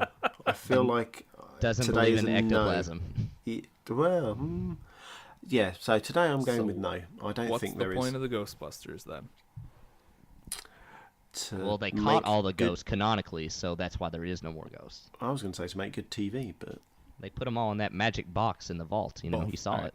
right. The second part of this question that also seems not connected to the first part of it at all. Also, if you were to purchase another Squishmallow, which one would it be? I have 3. I don't know what this means. Heads Yeah, up, neither guys! do I searched it in safe search on Google, and we're good. It's actually just a little fluffy pillow that looks like an animal, so it's okay to search it. Did we talk about this at one point? I don't think so. I think this is just a free radical question. Well, yeah. So he phrased the question, if I was to purchase another one. As far as I know, I don't think I ever purchased the first one. Anyone? Did anyone purchase a Squishmallow? Here, I'm gonna send you one that is an avocado with 2 very cute eyes. Okay. I'm gonna send this to Discord here. that means I've got to get my phone. Thank you. Question mark? There's also one that is a whale shark that has a big plushy mouth that can hold stuff, I guess. Oh, like crystals and money. These are also very expensive, some of these. Is this like the new Beanie Baby thing? So to or answer what your is this? question, Free Radical, we will not be buying any because they are expensive. Hang on. More importantly, how is Doc sharing it with you and not me? He's not. I'm just saying and trying to move this show along because it's late for you. Oh, Thank there's you. Oh, there's here a we go. pushing. There's a little Facebook cat pushing one. Oh man. Okay. Yeah, next This one question. comes in from Okay. 10,000 Fists. You decide to get a gaming tattoo. What do you get and where do you get it? Really? Chocolate? It's on your butt, isn't it? Would you? Chocolate, we're going to start with you. Is it Gunman Clive right on your butt cheek? No, I was. Hell no. I would get tattooed WW on each cheek, like Oh World of my Warcraft. god. Okay. I think that's okay. We'll see if I remember to take a look at that or not. Oh god, Oh man. Well, that it's is so late. that makes mine seem. Yeah, Doc, what was yours? I was gonna say N7 on my shoulder. You know, Mass Effect, because Mass Effect. So that's the easiest answer for sure, because I always thought getting Yeah. like a quarter sleeve, like elbow up, doing like Shepard and Rex and Garrus, and then like Oh, the hell yeah. background is just like a deep like space purple with like stars and stuff. Like you could make such an awesome partial sleeve with Mass Effect in its world. What was the alien? Or what was the girl's name with the mask? Tally? Tally. I just get a heart that says That's Tally it. across it I like it. on the chest. Yeah. And then the other one I thought, I mean, that obviously sounds way too painful, so count me out. But the one I thought more serious about was when I had just eclipsed my 1,000-hour mark in Destiny. I contemplated getting the the hunter triangles, like the stacked 3 triangles. Because I thought I could get that small somewhere, like if I got it on like my wrist, like small, or I mean really anywhere, and it's so simple, and it's not like, I don't know, for like a casual person you would have no idea what it really is. It would just kind of look like some shapes. But then for like people that were Destiny fans or whatever, it would be like, oh no shit, are you a hunter? Yes I am.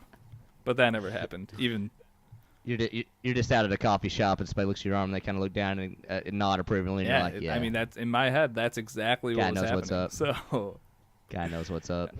You see, I like the sleeve idea now, having all kind of main characters from a game series that you love. Yeah, and Mass Effect, like, it would look so. And I've seen, if you Google Mass Effect sleeve like tattoos, there are some people that have some pretty solid. Oh, ones. I just did that. There is some awesome looking tattoos. So Dang. it would definitely be. I mean, at this point, I think it would be a Mass Effect tattoo. I'm not into Destiny really anymore, so that kind of would have just ended up being a, hey, you spent 1,600 hours in this game, so there's that constant reminder that you could have been traveling the world, learning different languages, pretty much doing anything else. But I digress. All right, this next one, another free radical question: would you buy a Utilikilt, or do you already have one?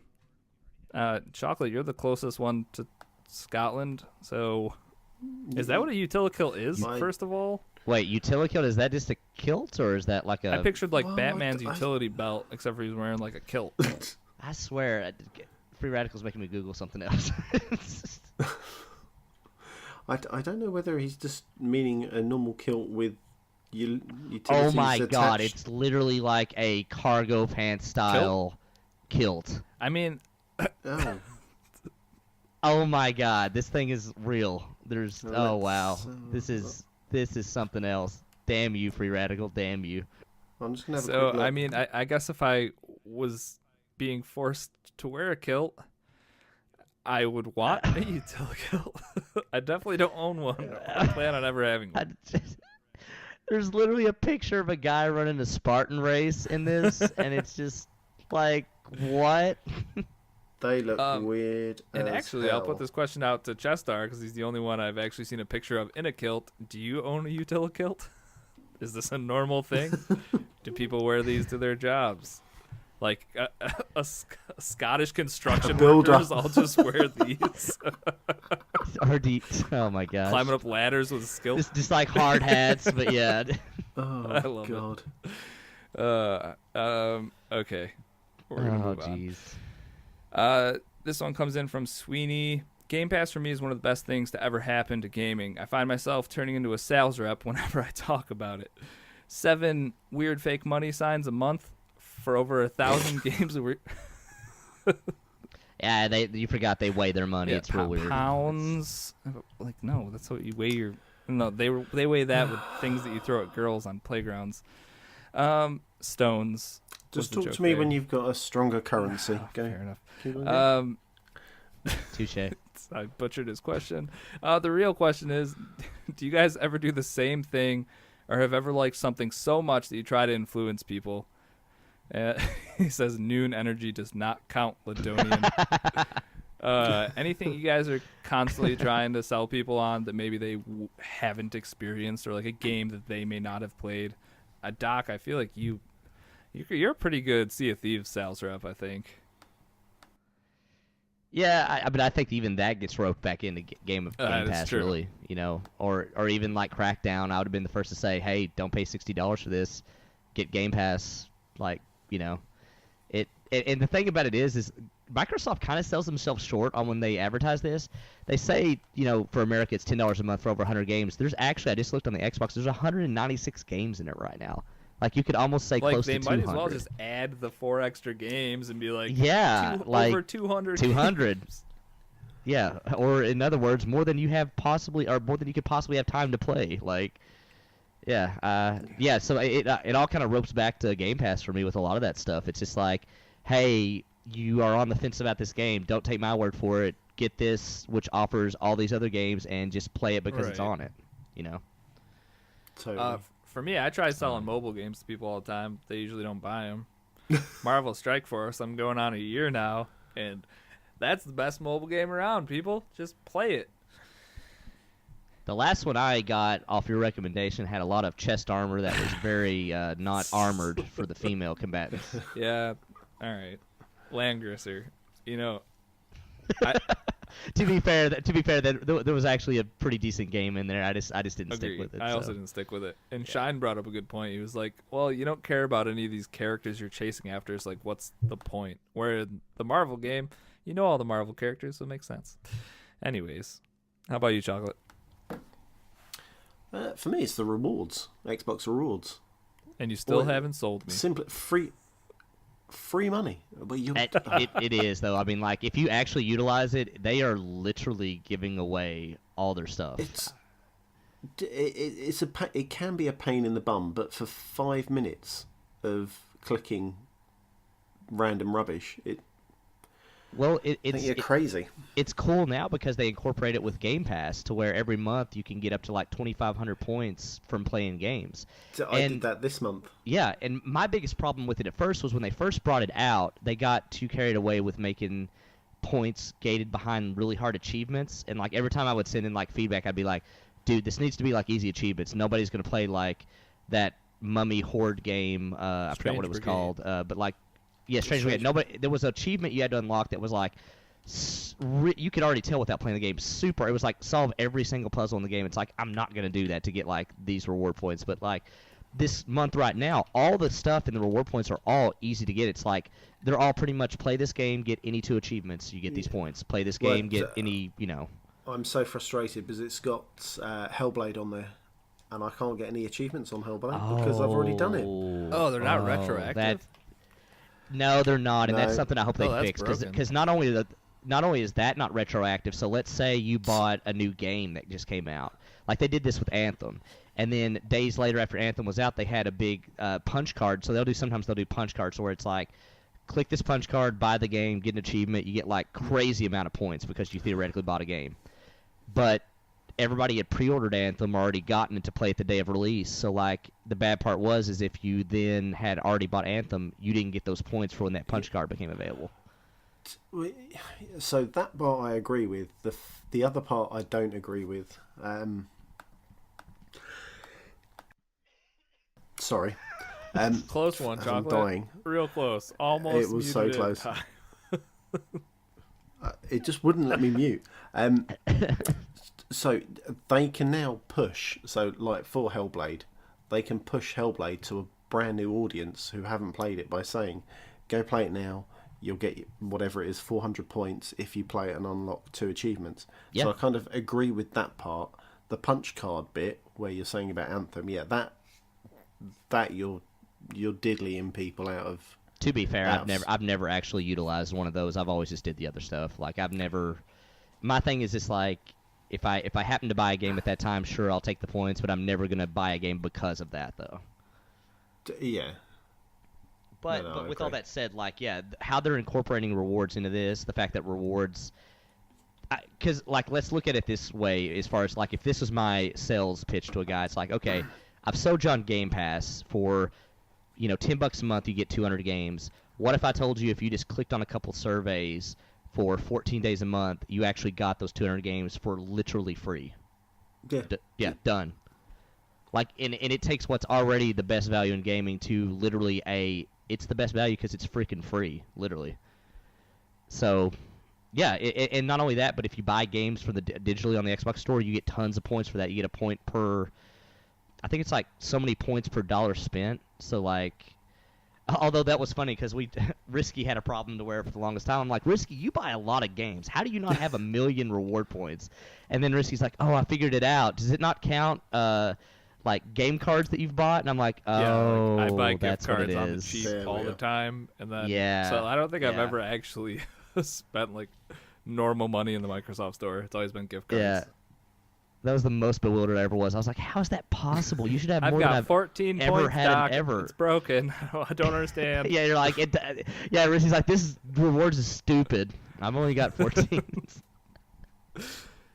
Anyways, though, yeah, that I agree with Chocolate. Rewards, couple that with Game Pass, and it sounds like we're just fanboys talking up Xbox, but like, I've never gotten to. I mean, I've never before in my life spent so much less on video games with how many I'm getting to play. Yeah, agreed. Best value in gaming. Why not sell it to everybody? All right, and the last question of this mailbag episode comes in from 10,000 Fists. What is your favorite in-game innovation or mechanic that you enjoy using more than any other? His example was the eagle vision from Assassin's Creed. Either of you have anything? That's pretty good. Not on the top of my head. I'm trying to think back all now. right, I can start if you want. Hey. Here I go. My bad. Wait for it. As far as a mechanic goes, the glue gun in Prey I thought was super smart, because not only was it a weapon, it created foam, but what you could do is you could literally create like staircases on the wall, and walk up them. So you could create platforms with this weapon. So it wasn't just a weapon; it had a lot of other utility, and that's probably that's really good. I think the Nemesis system is an easy go-to as far as best systems or innovations in games. You could argue like you was talking about Eagle Vision, like Detective Vision in Batman. Like they've used that in a lot of games, like Hitman, like Agent Vision or whatever. Like a lot of games have that, I guess. But that's been a pretty big big game changer in terms of how a lot of those games work. I can't remember now in Batman when you went into Detective Vision. It just your highlighted enemies stuff. were always always red, weren't they? But Yeah. a few times the higher, heavier enemies would turn yellow. Is that right? I Is that thought the one yellow I'm was thinking of? like friendlies or pedestrians. Maybe not. See, I can't remember. now. Yeah, but it definitely definitely kind of gave different highlighted versions. But which I don't know. I feel like a lot of games have used that ever since, but. I don't know. It's tough to say as far as one I enjoy using the most. Or the teleportation in Dishonored 2, I thought was really cool.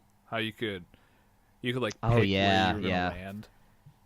Possibly the best skill upgrade ever in a game. It was a lot of fun. Just sneak right up on people like that. I got one. The portal, the guns in Portal, the portal guns, or the gravity gun from Half-Life. Or actually Half-Life 2, the gravity physics gun. Yes. That's kind of like best weapons as well. But also, they're weapons that create whole new game mechanics, which that's awesome. Hey, Risky, the weapon in Portal was your mind. Whoa. Oh, bro. Yeah, think I don't about want it. to. It's going to hurt my brain. All right. I was going to say, that portal gun, I never understood how to use it when I first played it, and I managed to put just like a reoccurring box just dropping, and I was like, what am I was about doing to say, wrong? Chocolate, I was like, that must have been the most infuriating, longest tutorial of a game ever, because that is the game. It's that gun. that is the entire game. Speaking of Portal, and Chocolate, you could attest to this maybe, even though you don't use her, but in Apex, Wraith has that portal as like her special, which I think, is it Wraith? I think it's Wraith. Yes. It's Wraith, that's pretty awesome. Just open it up, and then she navigates to where it comes out on the other side, so she can like flank around people, and then your teammates can also go through that portal. That's pretty awesome. Yeah, but so can the enemies. I didn't know that. That's kind of funny. Well, that's kind of like the catch-22 of it. Yeah, it's like or they can it's also great use because it. you Like, get out of your portal, and then you just sit there and look back at your portal and just wait for the bad guys to come through and smoke them. So I saw someone today on Mixer, and they were playing as Wraith. No, the enemy was playing as Wraith, and they opened up the portal, kind of ran round them, and then dropped it, and the enemy went back in and kind of went to where they first started their engagement. And this guy's looking round, couldn't find him, then went through the portal and just shotgunned Wraith to the face. That's and that hilarious. Was it. Game That's over. hilarious. That's Won how the you match. bait someone. He was the champ. Oh, That's part of what makes Apex kind of. I mean, I don't play it much anymore, but that is what makes that for me so appealing Those and awesome in a way. abilities, Like, it's pretty cool. All right. They're all good. Mine would be the Batman thing, but Okay. detective mode. Pick one of these questions. The front runner for me is probably Troubadours. I feel like we may have had a question like that before, though. Like, create your best video game. like a Frankenstein game. I think we have had that before. Okay. I mean, Fist's question about innovation and mechanics, good. Yeah. Yeah. Also, his tattoo one wasn't bad. Especially with Chocolate's input. Well, hey, Yeah. two Well- solid questions from one person. No offense, Free Radical. Both your questions were great this week, but just under the level we're looking for. For the record, Oh. Free Radical, I love your questions, FYI. And Never I'm change, purchasing- All right, never so- change. And I'm purchasing a utility kit. Are you Oh, yeah, now I know are what you that is. guys Yeah. good with 10,000 Fists for this week?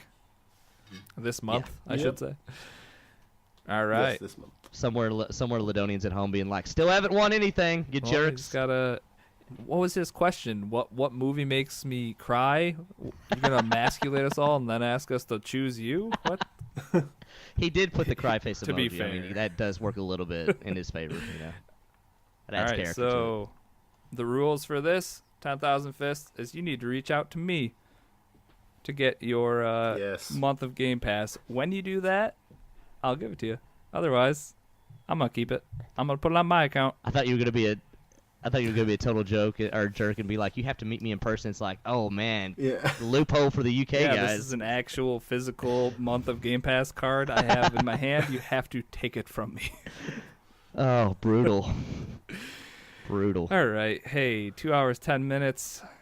You are welcome, ladies and gentlemen. And because we made you stay so long, I will keep the plugs short. Head on over to crossatlanticgaming.com. Check us out on Mixer. We're at mixer.com/crossatlanticgaming. I always forget that. I should probably write it down here.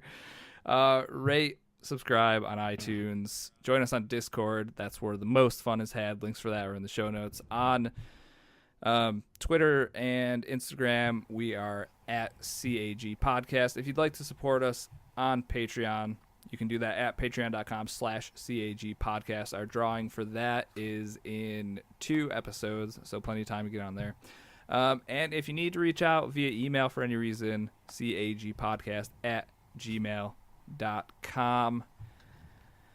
Whew, we did it. Chocolate, what time is it? It is 2:13 in the morning. Hey, Yep. that's the perfect time to go to bed. Ooh. I'll go to bed at 2:13 tonight for you. Yeah, I think Doc went to bed really late last night. He I was did. online. My weekends when I'm off work The are best. all That's over when the you place, turned screwed into up. the garbage monster. Yeah, pretty much. And with that, thank you everyone for tuning into this week's episode of Cross Atlantic Gaming. We'll catch you guys next week for an all new episode. Goodbye. Take care. Bye-bye.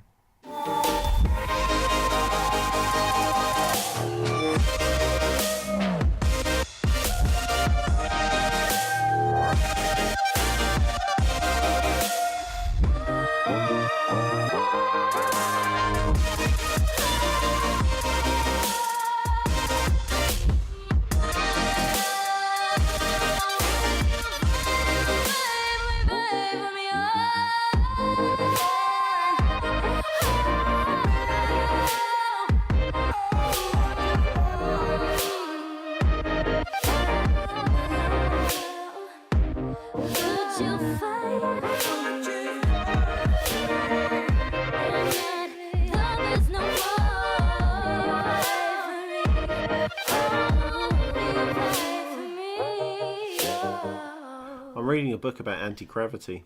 It's impossible to put down. Whoever invented the knock-knock joke should win a Nobel Prize. Man, you guys came prepared today. I feel like I should have had one ready. I need one more to round it Yep. off, though. I was fired from the keyboard factory yesterday. Didn't put in enough shifts. And we're done.